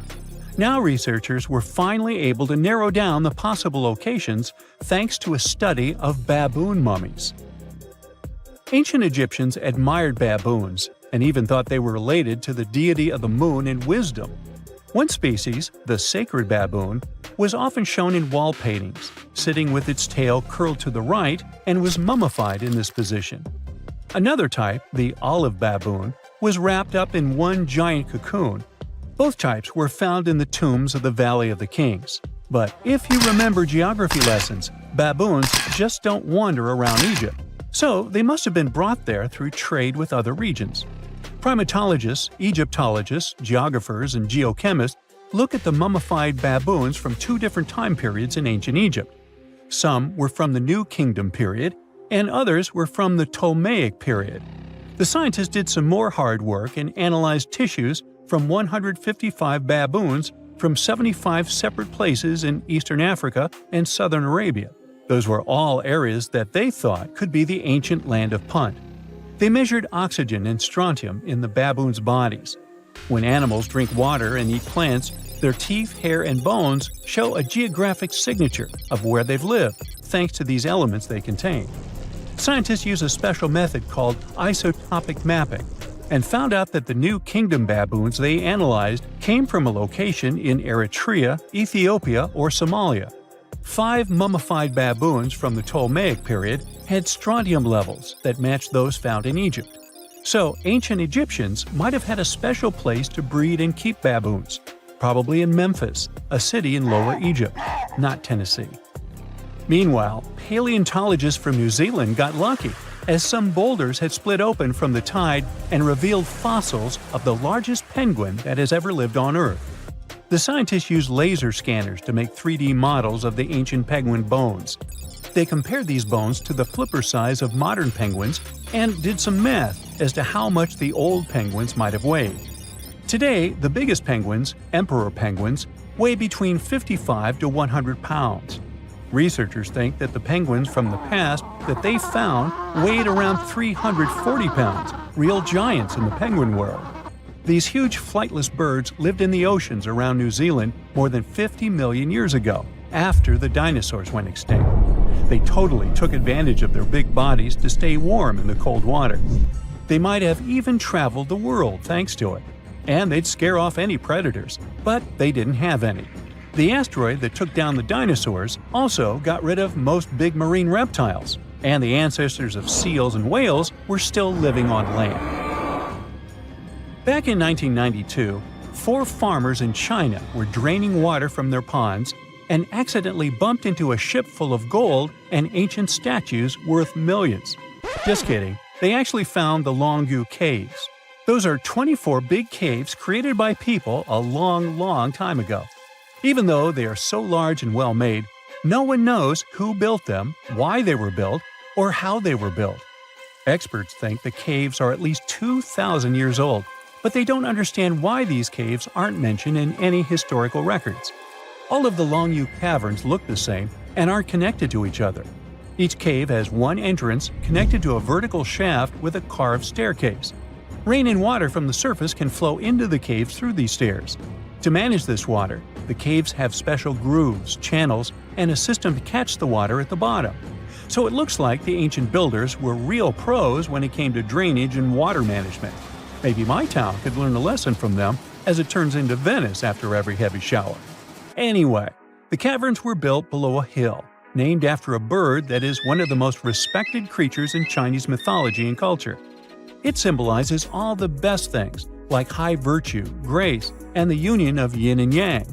Scientists think there could be a connection between the caverns and the bird, but it's just a theory so far. Experts from the National Institute of Ocean Technology in India were doing their routine pollution surveys when they found some structures that looked like a city underwater. Using special sonar technology, the team found big geometric shapes on the ocean floor. They brought up different items from the site, like pottery, beads, sculptures, parts of walls, and even human bones and teeth. They thought the ruins belonged to a civilization older than the Bronze Age Indus Valley Civilization, which is the earliest urban culture of the Indian subcontinent that we know of so far. But not everyone joined in on celebrating this awesome discovery. Some archaeologists refused to believe it and thought it could be some computer tricks. And even when they saw hundreds of artifacts from the ocean floor, they said an ancient river could have brought them there from someplace else.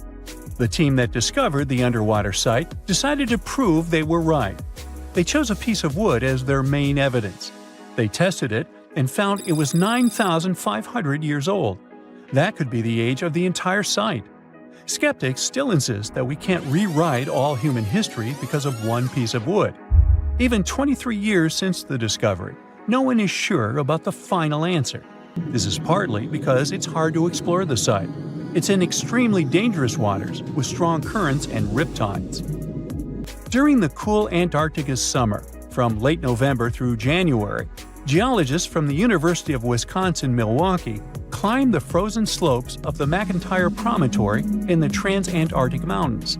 High above the ice fields, they looked through the mountain's gray rocks for fossils from when the continent had green forests. By the end of their trip, the geologists found fossil pieces from 13 trees. These fossils show that the trees are over 260 million years old. This means the forest grew at the end of the Permian period before the first dinosaurs even appeared. More than 90% of all species on Earth disappeared back then, including the polar forests. These trees would have been very tough if they grew in Antarctica and could have survived. But a huge increase in gases like carbon dioxide and methane must have taken them down. This Antarctic forest is a terrific way for us to see what life was like before the extinction, and we might even understand what caused it. It also shows us how plants were different back then from those we are used to now. Let's embark on a wild thought experiment.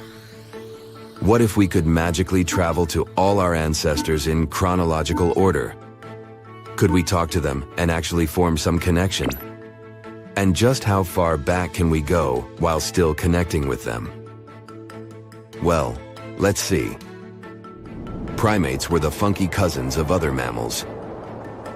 Around 85 million years ago, during the late Cretaceous period, they went their own way and became the first of their kind. Human evolution is very complicated, and we can't draw a distinctive line on where it started. But we're going to start with hominins. Hominins are a group of primates that include all the species leading up to Homo sapiens. So, imagine you hopped in your super cool time machine and landed in the past, way back when hominins were chilling around. What would happen? First off, you'd spot these quirky creatures roaming around with their short, hairy bodies, curious faces, and big eyes. They might look a bit different from you, but that's part of the fun. They were excellent climbers and incredibly curious about the outer world. They munched on fruits, nuts, and whatever they found in nature. And yes, surprisingly, humans aren't meat eaters by nature. Originally, we all were vegans. Of course, with them, you can forget about proper communication. But still, primates are incredibly smart. So, a good old game of charades could do the trick. Mime your way into their hearts with friendly gestures, and they'll be thrilled to see a futuristic traveler like you. These hominins were curious beings, so they'd probably be very interested in you if you were friendly with them and gave them some food. Next, let's move on to Homo habilis and Homo erectus. Their period, the Stone Age, started about 2.6 million years ago. As you can guess, it was the time when we started using stone tools. The Stone Age lasted for roughly 3.4 million years and ended between 4000 BCE and 2000 BCE. It ended with the beginning of metalworking. Homo habilis, or handyman, was like the MacGyvers of the Stone Age. These crafty creatures were the first to use stone tools. And Homo erectus was the upright man. They were a bit more recent. As their name suggests, they were the first to walk on two legs like us. They might have looked a bit different from modern humans, but still. So what were their lives like? Well, they still were true survivors. Homo erectus loved to explore and tinker with things. They made simple stone tools, like sharp rocks for cutting and scraping. They were basically the early inventors. Homo erectus was quite adventurous. They left Africa and traveled to far-off lands, exploring new territories. They were the first ones to set foot in places like Asia and Europe. They lived in caves or simple shelters made of sticks and animal hides. And let's not forget their wild fashion sense. Animal skins and leaves were their trendy outfits. But don't think they just sat around all day. They were hunters and gatherers, seeking out delicious fruits, nuts, and even hunting animals. How would you communicate with them? Well, they used simple grunts, gestures, and body language to understand each other. So, if you met Homo habilis and Homo erectus, you'd be in for a wild ride. You could show them some advanced technology to impress them and teach them some new cool tricks. Next on our list are Homo heidelbergensis and Neanderthals. Homo heidelbergensis was like the cool older cousin of Neanderthals and us. They lived around 800,000 to 200,000 years ago. Picture them as sturdy and strong, with big brains compared to their earlier relatives. They were expert tool makers and loved exploring new places. The Neanderthals lived in Europe and Asia from 400,000 to 40,000 years ago. Neanderthals were super smart, and they had awesome adaptations to cold weather. With their thick, strong bodies and big noses, they could handle chilly winters like champs. Both Homo heidelbergensis and Neanderthals were skilled hunters and gatherers. They'd chase after mammoths and other big game with sharp spears they crafted themselves. But it wasn't all rough and tough. They knew how to have fun too. Neanderthals made art and showed their emotions and connections with each other. With these folks, you could draw pictures in the dirt, dance around, and make gestures. They'd get the idea. And finally, we meet Homo sapiens. Picture this. You're waking up in a cave with your family, trying to keep warm by a flickering fire. The cave is pretty cozy, isn't it? But nope, no permanent homes here. You're part of a nomadic tribe, moving wherever the food is best. Hey, but at least you've got some nifty tools to survive. Grab your awesome handmade spear, crafted by watching others or maybe invented by your genius self. Time to go hunting mammoths. And if mammoths aren't cooperating, just gather nuts, berries, and bird eggs. Stone Age humans were real foodies. They made flour from oats and spiced things up with wild onions and mustard seeds. There were artists too. Using minerals and bones, they created stunning images and even flutes for some musical entertainment around the campfire. You still can only talk in body language and facial expressions. But Homo sapiens were smarter than their ancestors, so you could even teach them basic gestures and their meaning, like hands up for mammoth and stuff. Maybe try doing a funky dance or a happy jig. That would get their attention for sure. But this wouldn't be the only way to communicate. Stone Age peeps loved drawing and making flutes, so you could totally join in on the creative fun. Show off your artistic skills with a drawing or two, or maybe even play some tunes. Don't worry, they would be impressed by your skills, even if you aren't that far away from them. But tools are definitely the way to their hearts. If you brought some handy gadgets or cool inventions from our time, they'd be super impressed. Just create some simple tool from the future that can make their lives easier, and they'll love you instantly. So, while you might not be having deep philosophical debates with the Stone Age crew, you can still share some good times. Learning is the way to go. Besides, even though life was shorter back then, averaging around 30 years, it's still enough time to find a partner and have kids. Though, the dating pool might be a bit limited. So let's leave that topic for another time. Just hold on to that axe at night because, well, sometimes our ancestors would eat each other and like to do some head-dumping battles. Yikes. Let's finish our journey with the Bronze Age, just for fun. This cool era lasted from around 3300 to around 1200 BCE. And guess what? They were all about that strong metal called bronze. It's the time when people got creative and started using bronze to make all sorts of cool things. Bronze is a combo of copper and tin, making it harder and more durable than anything else at the time. Awesome civilizations started popping up all over the place. They either made their own bronze by smelting copper and mixing it with tin, or traded for it with other places. So, as you step into this ancient era, you'll be amazed by the sight of bustling Bronze Age cities with majestic bronze gates, amazing markets, and grand temples dedicated to powerful gods. During the Bronze Age, we finally developed languages and writing. Mesopotamia and Egypt were leading the way with their fancy cuneiform and hieroglyphs, the earliest writing systems ever. They were basically the kings of calligraphy. Remember, the language might be a bit different. You'd be hearing unfamiliar words. But with these humans, you can at least use drawings, art, and many other things to communicate. Anyway, this is what meeting our ancestors would be like. What a wild journey through time. So, remember to cherish our past and appreciate the wonders of our modern world. Stay tuned.